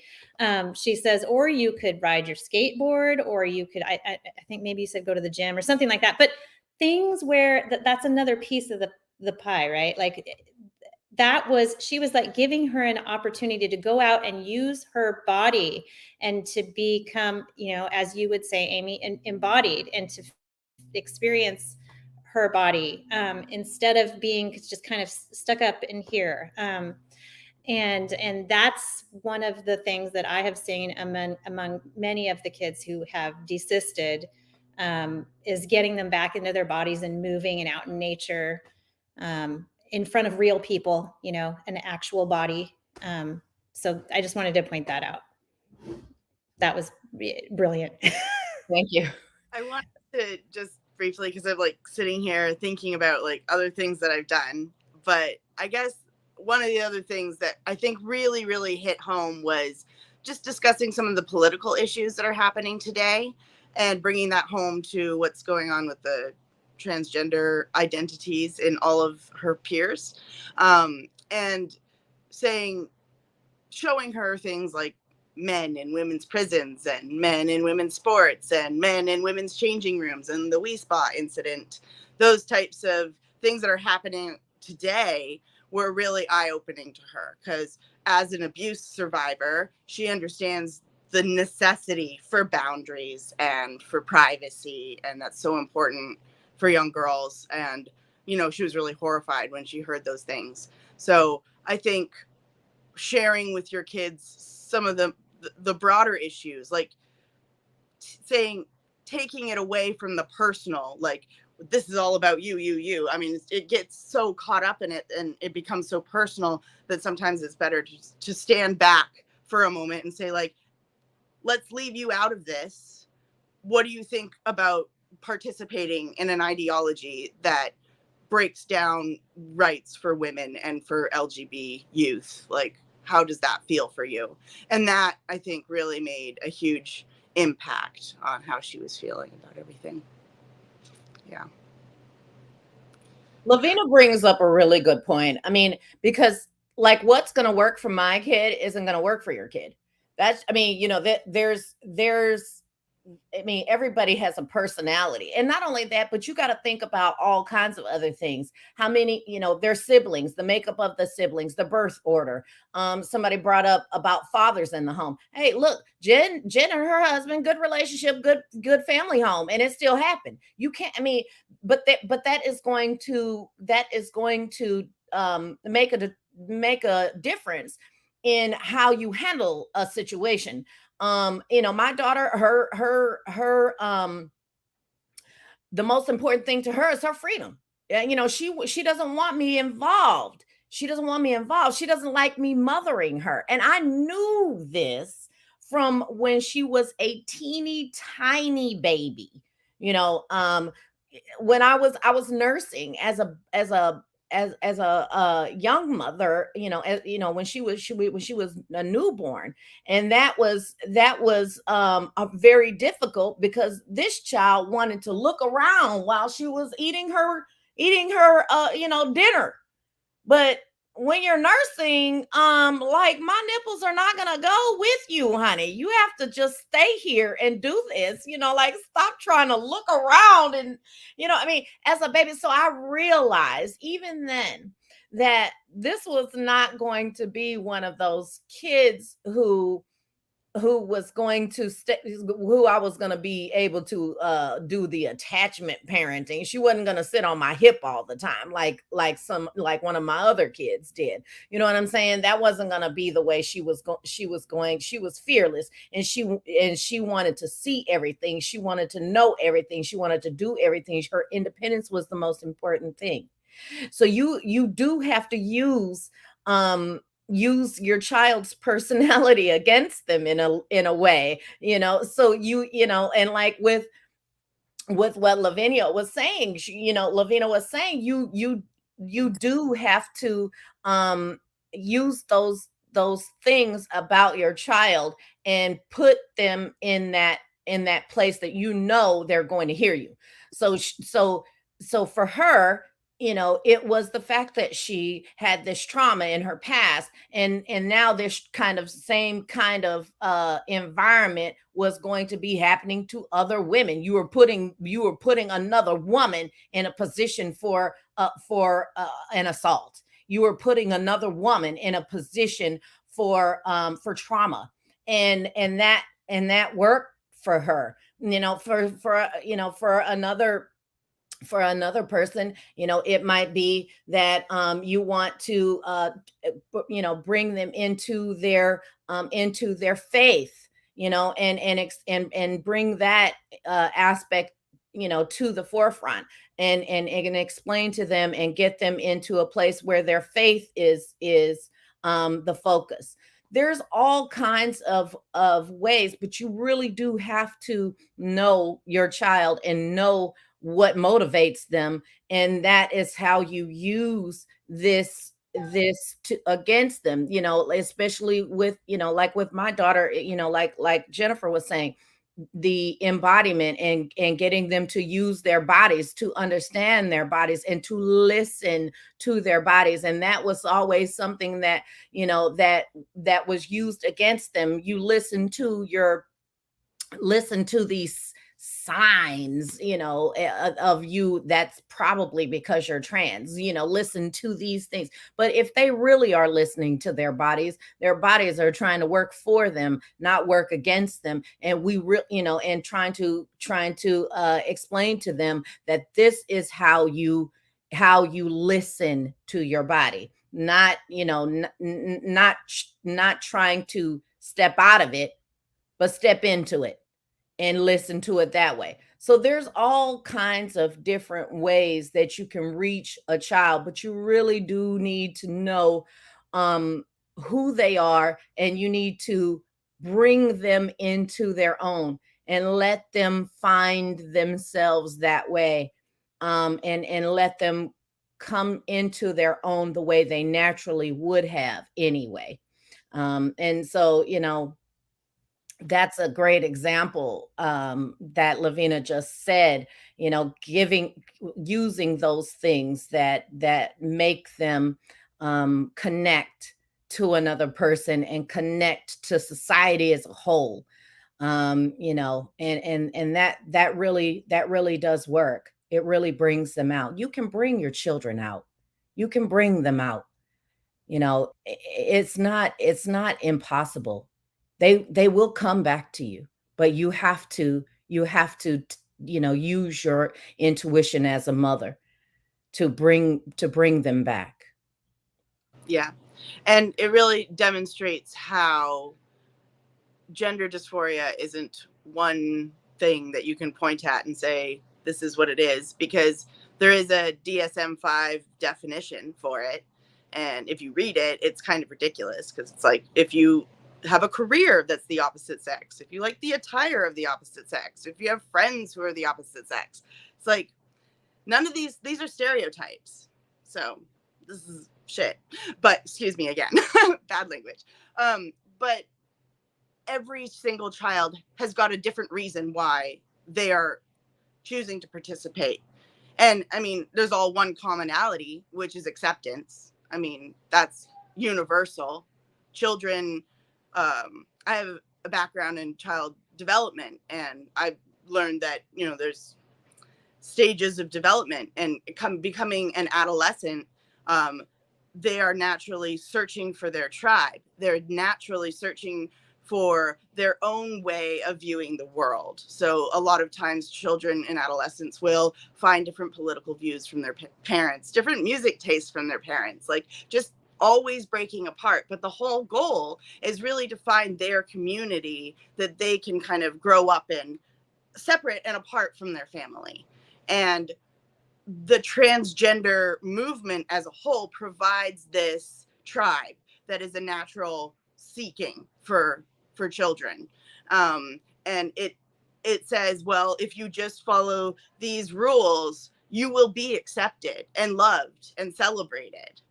And it's very confusing, but each child has a different reason why they fit in to that stereotype of gender dysphoria. So for my daughter, it was the desire to not be sexualized. She'd seen some pretty aggressive porn online, and she had been exposed to some things through her friend groups that were scary for her when it came to sexuality. And that really put like this barrier between her. And that's why she was like using it as a protection mechanism. Like, I'm a guy, like you can't like me. But when I described how that pedophiles actually would value a transgender boy higher maybe than a regular girl, because it's putting them out there that they are suffering with emotional incongruency with inside them. So they're more easily pedophiled upon, predatored upon. It leaves them vulnerable to predation. Yeah. And also knowing from my past and my experience with predators, that this is a really attractive sort of kink for them. So when I explained that this is it, you're not taking sexual attention away from you, you're putting the most perverted type of sexual attention onto you, because now you're attracting pedophiles who are interested in taking advantage of you. And when I put it to her in those terms, that worked for her, because she was personally trying to push away sexual attention. But some other people might be coming to it for totally different reason. Like maybe they're insecure with their body and they're like feeling I'm not sexy enough and I don't fit into the traditional feminine stereotype, and they're worried, they're fearful. Am I ever going to find a partner because I don't look like Barbie? Am I ever going to fit into this reality? And so for them, it's not I'm taking sexuality away, it's saying I'm going to be sexy as the opposite sex because I'm obviously not good enough as a woman. But every child is coming to the realization that they are not good enough unless they adopt this identity and fit into this tribe. And those reasons that they grasp at not being good enough are completely different. So trying to find out why is your kid feeling insufficient, then it's easier to address. How do we get you from A to B, from A feeling I shouldn't be in this body to B feeling like, yeah, this is just a body. It works for me. And if I take care of it, it takes care of me, you know? Yeah. I want to point out that these are really important. So what these women are talking about, everyone is saying similar but different things. And one of the things that we keep hearing is about the intuition. And I just kind of want to underscore that. And one of the things that instills safeguarding is listening to the intuition. And Gavin de Becker, in his book, The Gift of Fear, he really warns against a specific kind of rule setting as a safeguarding tactic. Because when you use rule setting as a safeguarding tactic, it actually it makes you think that danger only exists in certain places, and that if you follow the rules, you can avoid it. So if you tell your kid, like, don't talk to strangers, well, in some dangerous situations, they are going to be required to talk to strangers. Or if you tell them, don't go down dark alleys, well, again, in some dangerous situations, that might be the exact right place to be, because now you're hiding from the person who's chasing you. It also makes them start to think, if I avoid strangers, I avoid danger. Or if I avoid dark alleys, I avoid danger. And I think I really love what these women are saying, because they are not rule setting. They're listening to the specific intuitions that they are responding to in response to their own children. And I think this is invaluable. And ultimately, all of you mothers who are instilling these things in your children and your daughters, it's these are the safeguarding tools that actually will create safety, because you are helping them listen ultimately to their own intuitions. Okay, we have a couple of questions. I have a question for Jennifer, which is, can you talk a little bit about co-parenting while you work through this? I also have a question from Jennifer Thomas, asking everyone any tactics that they used for reintroducing their kids into meeting new friends. And I also have a nice question by Cryptic, which I really like, which is maybe all of you can go into this after Jennifer talks a little bit about co-parenting in this. How do we empower kids to truly embrace learning about their own unique strengths and interests? But I don't know, Jennifer, you want to start, and then I want to branch into everyone else. Okay. Yeah. Okay. So co-parenting, it's not easy. It's not easy when this hits families, even with two parents who are on the same page. It's very stressful. It's very scary. And what I have observed, the reason you see, I don't know the reason actually, but you see mostly moms who are in this, fighting this. And I think maybe it's because women are more relational. I don't know. It's about the relationship of mothers with their children, which is different than the relationship of fathers with their children. And these are probably issues that are just, I think, generally, and I don't want to say this as a blanket statement, are harder, I think, for fathers to deal with. I've observed that, and I've seen a lot of fathers just kind of let the moms step in, and that's really what happened in our situation. I mean, I was supported by my husband, and he let me just kind of take the reins with this. And I think it was also, it it was very hard for him to think about all of it. It was very scary. And so he reacted in a very different way than I did. And like I said, I've seen that be very typical, but he supported me.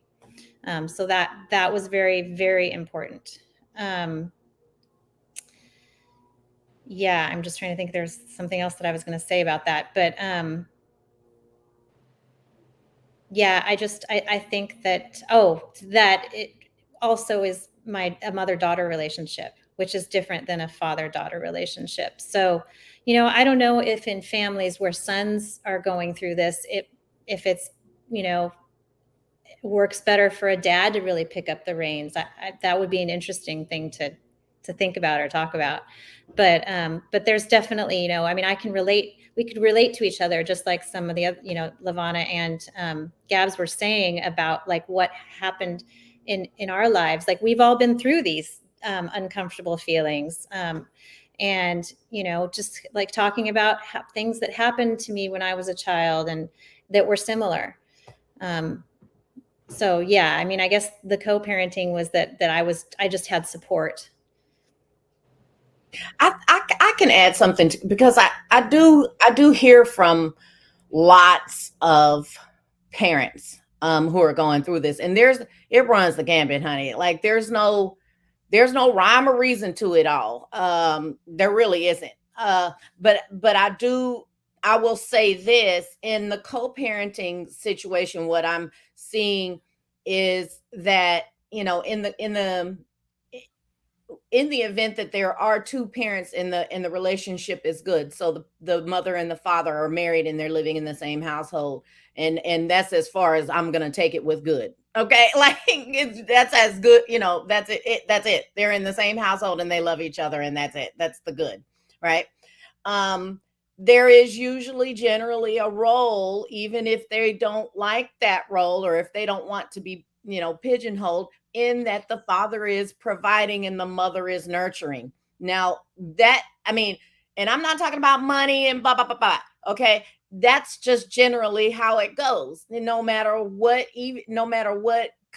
politically, how you align politically, or how you align philosophically, or whatever, generally the role is, the father is providing and the mother is nurturing. So this is a nurture issue, right? So this is one of those issues that really is going to need a nurturing mind.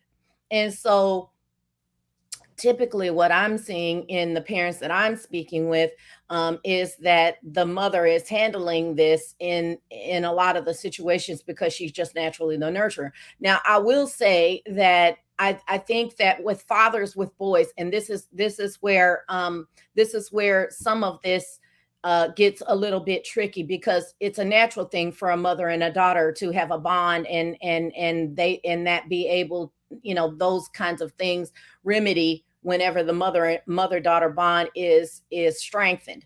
Now, I did talk with my daughter about relationships, and and our family, and how all of those relationships, how they are, and how they probably would work better. And the fact that they're not working is one of the reasons why this is happening. But when I did talk to a father, and we talked about his son, I did explain that one of the things he was going to have to do was take a more nurturing position with his son. And really explain some more in more detail about what it means to be a man and what manliness and all of those things are really all about. Because I think for boys the issue is very different. You know, I mean, and I do think, you know, some of the societal rhetoric has made girls have brought girls and boys into this place, but for very different reasons.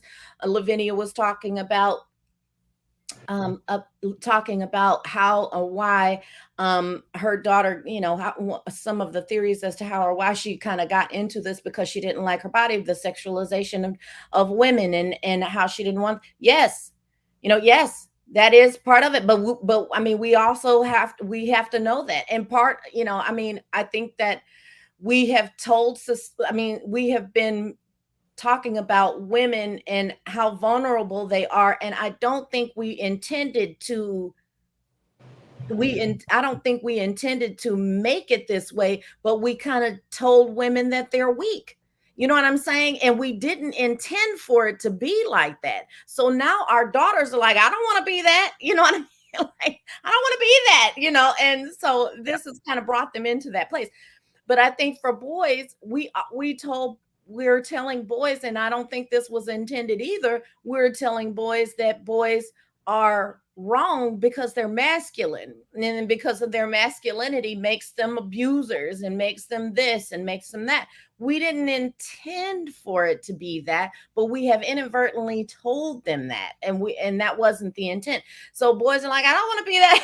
You know, I don't want to be that. I want to be, you know. And so I think that the relationship with fathers and their sons, and what I'm seeing as far as when I talk to fathers, and I have, believe me, they're just as worried about this as the mothers are. But because of the nature of mother-daughter relationships and father-son relationships, and all of the others in between, they're having to take an uncharacteristic role in all of this, and it's complicated and it's scary. So yes, the male and female roles in families, in the nuclear family, has traditionally been, the father is the protector and the mother is the nurturer, and I think that's, you know, why we see that. But you know, I do think that men are starting to realize that they're going to have to show their hands, both of them. They're going to have to show the protector hand, you know, in this, and they're going to have to show the tender hand, you know, in this. Like, there was a song called Daddy's Hands. You know, Daddy's hands were soft and kind when I was crying. Daddy's hands were hard as steel when I done wrong. And I think fathers are really, really understanding what that means now, with their children being captured in this cult.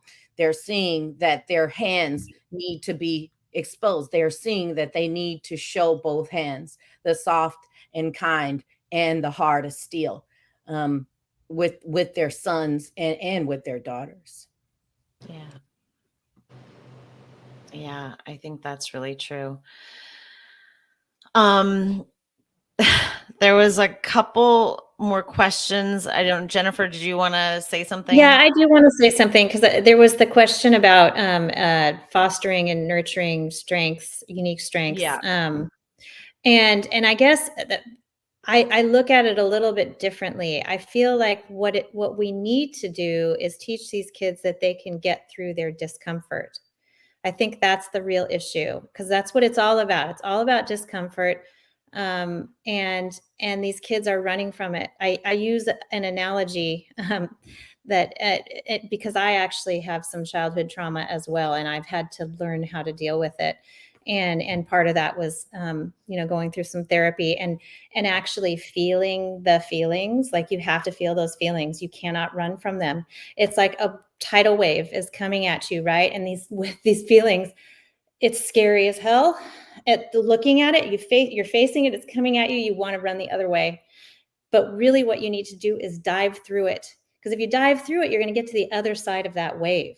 And that's the best way to get through it. If you run from it, it's going to come crashing down on you. It's going to scramble you in the sand or pull you back out to sea. And so what these kids are doing is they're running from that wave. This is a maladaptive coping strategy. Yeah. And then further, I want to say that we're all talking about all the things that we could do to help our kids get through this or to make things better. And that is the silver lining of this whole situation, I think, is that we're kind of all getting back to the basics of really what we've gone away from as a society. But the real problem is that this ideology and people are out there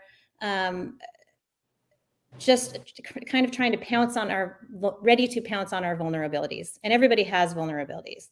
And I've used another, analogy. It's like the ice in the cracks. Like, they come in and they are going to, they're going to take advantage of that. So there's nothing that we could have done, any of us, to have foreseen this, now we know, right?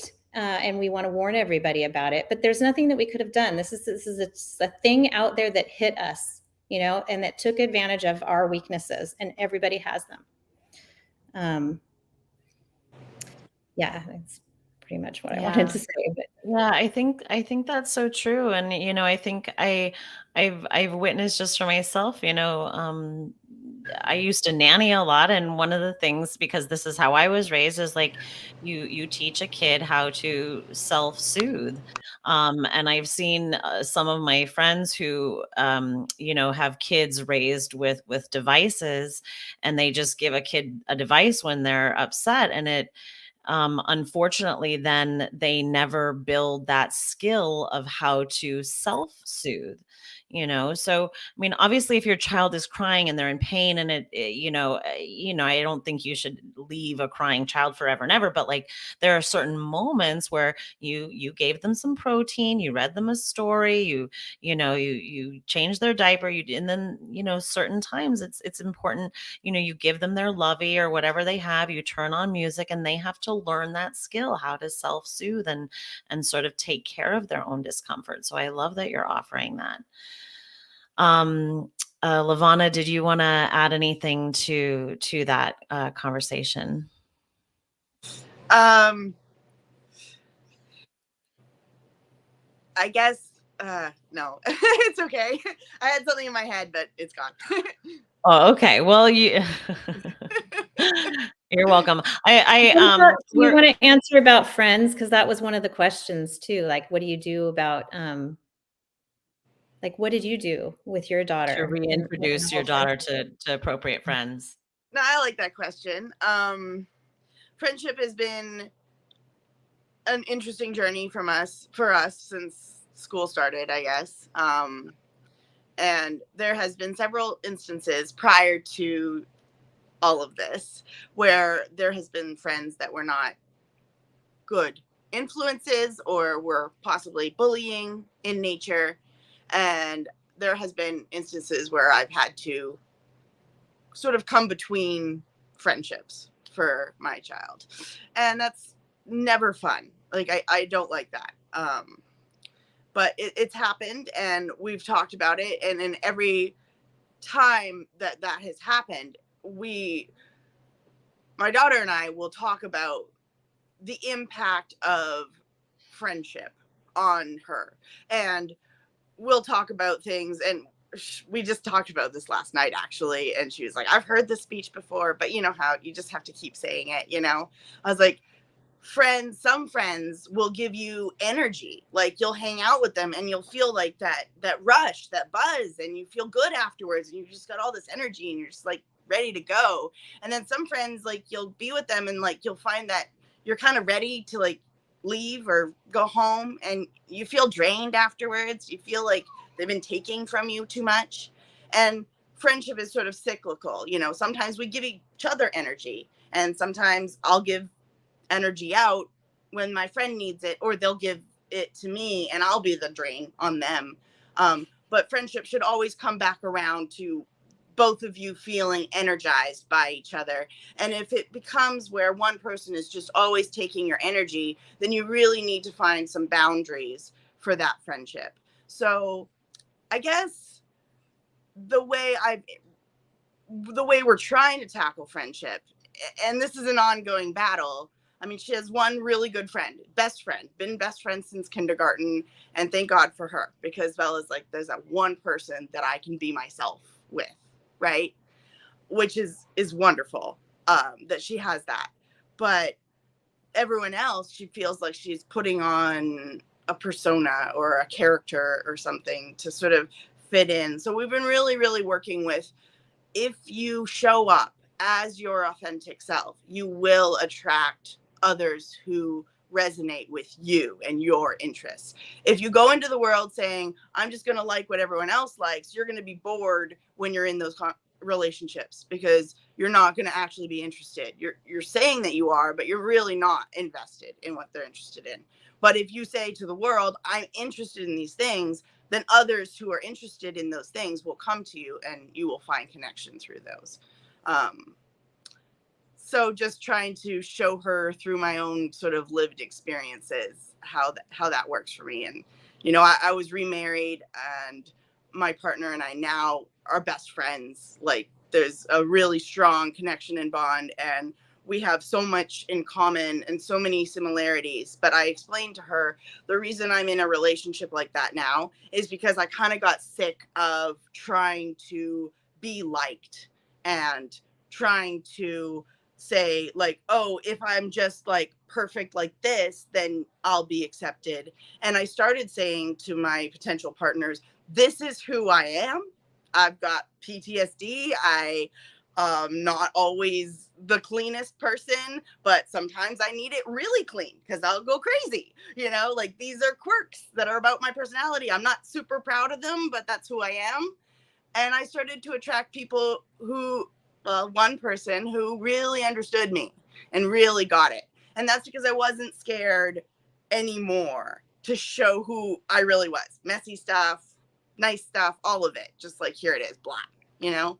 And it doesn't always work, you know? And I was dating. I didn't always find, like, I said, here, this is everything. This is who I am. And they were like, whoa, you're too much. So that happens. But I started to find a place in myself where I was like, well, okay, if I'm too much for you, you're not enough for me. That's how that is. So I'm trying to give my daughter those lessons, and hopefully just by demonstrating that in my own life and like talking and like giving her the same lecture over and over again, like, I think she internalizes it, you know. Hopefully it'll help with friendships moving forward. But one thing I struggled with, because I know a lot of people just like take their, do you want me to take her? A lot of people struggle, sorry, a lot of babies, struggle with, lost my train of thought now. Gosh. Hi. Hi. Taking your children completely out of. You saying hi to everyone? Here, I'll take her. Okay, she's fine. Okay. But my daughter started in a new school, but it was just natural. Like, we'd moved, and then the pandemic, and then like we were just in a new neighborhood, so there was a new school happening. That wasn't intentional, but it did help. But I didn't take her. But in her new school, like, everybody's a they them or a he him when they're really not, and it's like everybody that she's friends with has some sort of foot into this ideology. And I'm really into reading parenting books and doing parenting courses. And one of them that really impacted me was Drew Bledsoe's Parenting with Dignity. And he talks about media, like television specifically, and how a lot of people think that the best thing to do is just turn off the TV, turn off the bad show, and not watch it. So you can't watch that. That's our rule. That's our boundary. But Drew Bledsoe had a different idea about it. He's like, watch the show with your child. Like, sit there on the couch and comment. Oh, you see what they did there? Do you think that's good? I don't think that's so good. And you're kind of like their little voice in the little angel on their shoulder or whatever. And you're watching the bad show and you're there and you're making jokes, and all of a sudden you're kidding you. You're like, you're seeing things in the same way. You're relating, but you're not taking the stimulus away. It's not, oh, that show is bad and we're just going to demonize it. But I'm kind of taking that philosophy and using it in context with the school and her friends and the world that she has to live in. She has to coexist in a world where probably 90% of the people are completely bought and sold into this ideology now. She has to grow up and survive and live in a generation that's completely sold on this political view. And I'm trying to help her navigate that. And that's me sitting on the couch watching the TV show going like, what do you think of that? That's kind of ridiculous, you know? Or she'll come to me and be like, yeah, my friend who's like, he, him, but now they, them, says they're bisexual, but they wear dresses to school and stuff. I'm like, that's great, but they're probably just going to attract men now because, like, I'm not really sure a straight cis, I hate that word so much, but a straight woman will probably not want to date a man with a skirt. So he's limiting his dating pool, you know, and I'm just making these comments like in context of like, how was your day at school? Oh, this happened, that happened. But it's just these little things that's like constantly updating the narrative for our current times. So I think that's really important, is just, again, just be really connected with your kids. Like, talk to them about their friends, find out what their friends are up to and interested in. And don't take a judging standpoint, but more of a lighthearted nature of like, wow, that's interesting. I don't know if that's going to work out, you know, like, what do you think? That I think that has done a whole lot. Like, there was a time during this last school year where I was really fearful. Like, I know the school can hide her pronouns from me, and I know that. Like, so I was really distrusting. Like, is she really desisted? Like, could she be going to school and like being, you know, saying one thing to me and doing another thing? But I think through these multiple conversations and these multiple instances where I'm like starting to feel that fear creep up, and I just I just say it out to up. Well, she froze. Well, we'll probably get her back again, but ladies, we're coming upon I'm gonna put her back in. we lost you. We lost you, but I think we're coming upon we're approaching 2.5 hours, and I want to sort of wrap this up for you all, because I so appreciate the time that you have given both me and all of my guests who have been participating. But are there any last thoughts? Is there anything unsaid that anyone wants to go ahead, Jennifer? Yes. What I want to say is that you're talking to the three of us. We all have kids who thought they were the opposite sex. The strategy, or the treatment that is recommended by the president is affirmation. There are doctors, gender doctors, who have just said that they did a study where kids who are socially transitioned tend to persist for 5+ years. They seem to think that that means they chose the right kids, but I see it as they are actually making this happen. And that's what's happening with affirmation. It's leading our kids down this path. I mean, we are examples of that. If you don't affirm, they don't go down this path. We are live examples here of this. And we all know many other families who had a similar situation that did not affirm, and their kids didn't go down that path. So I just want to point that out. The whole, this is what everybody thinks is best practice, is affirmation. But what I think it's doing is it's just leading kids down a path. That's kind of my final. I love that. Absolutely. Gabs or Levana, any last thoughts? Levana, you want to go first? Go first. Okay. I guess in another attempt to like connect with parents who are in this struggle right now, I would say that, well, my daughter has significantly desisted, like to the point where she is asking me to peek her friends who are contemplating surgeries and hormones. So she's in the fight with us, if you will. And it's wonderful to have that trust, that she's trusting me to like peek her friends. But that's not the point. The point is she has come to a level of understanding where she realizes that this is really detrimental to the people that she cares about and loves. And it was at one point where she thought this is the best way to fit in. And now she sees this is harmful to my friends.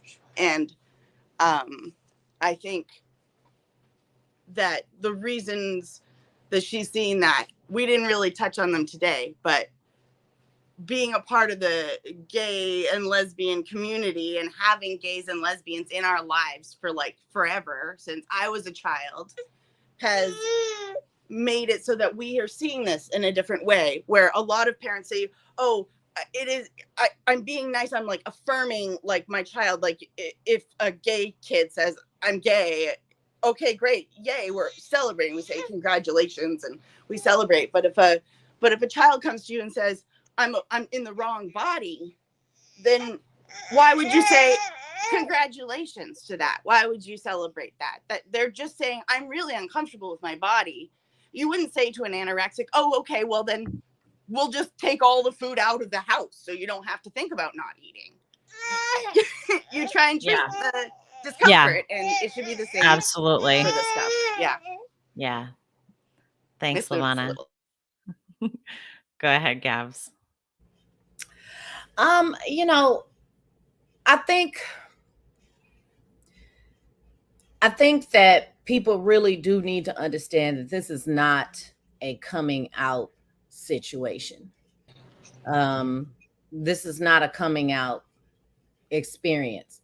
The watchful waiting that we used to exercise whenever this became an issue previously is not going to work in this instance. And I know this because the very first calls that I got when I started helping parents was calls from people whose children have already gone off to college, and they have no control over what is happening.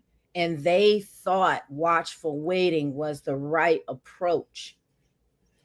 And so you cannot think of this as a coming out story. And the fact that they've attached themselves to the LGB community has really been detrimental to this issue.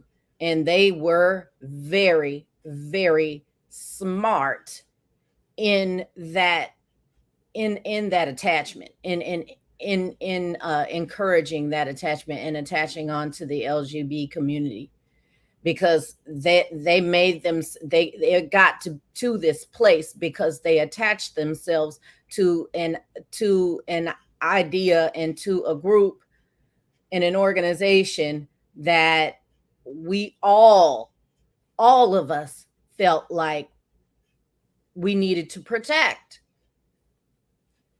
And so they're getting those same protections.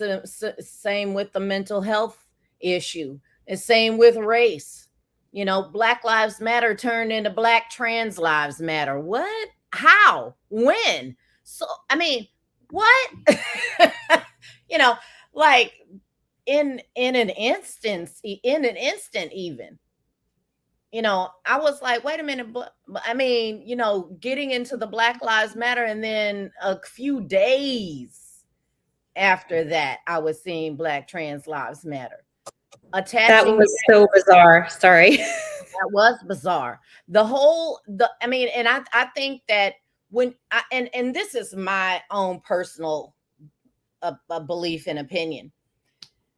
When you start telling people what they can and cannot say, who they can and cannot be, who they can and cannot speak for, you have caused a huge problem, and not in the way that you think. You have opened the door for predation, and you have opened the door for commodification, and you've opened the door for hangers on and parasites Yep. to latch on to the things that you're trying to protect.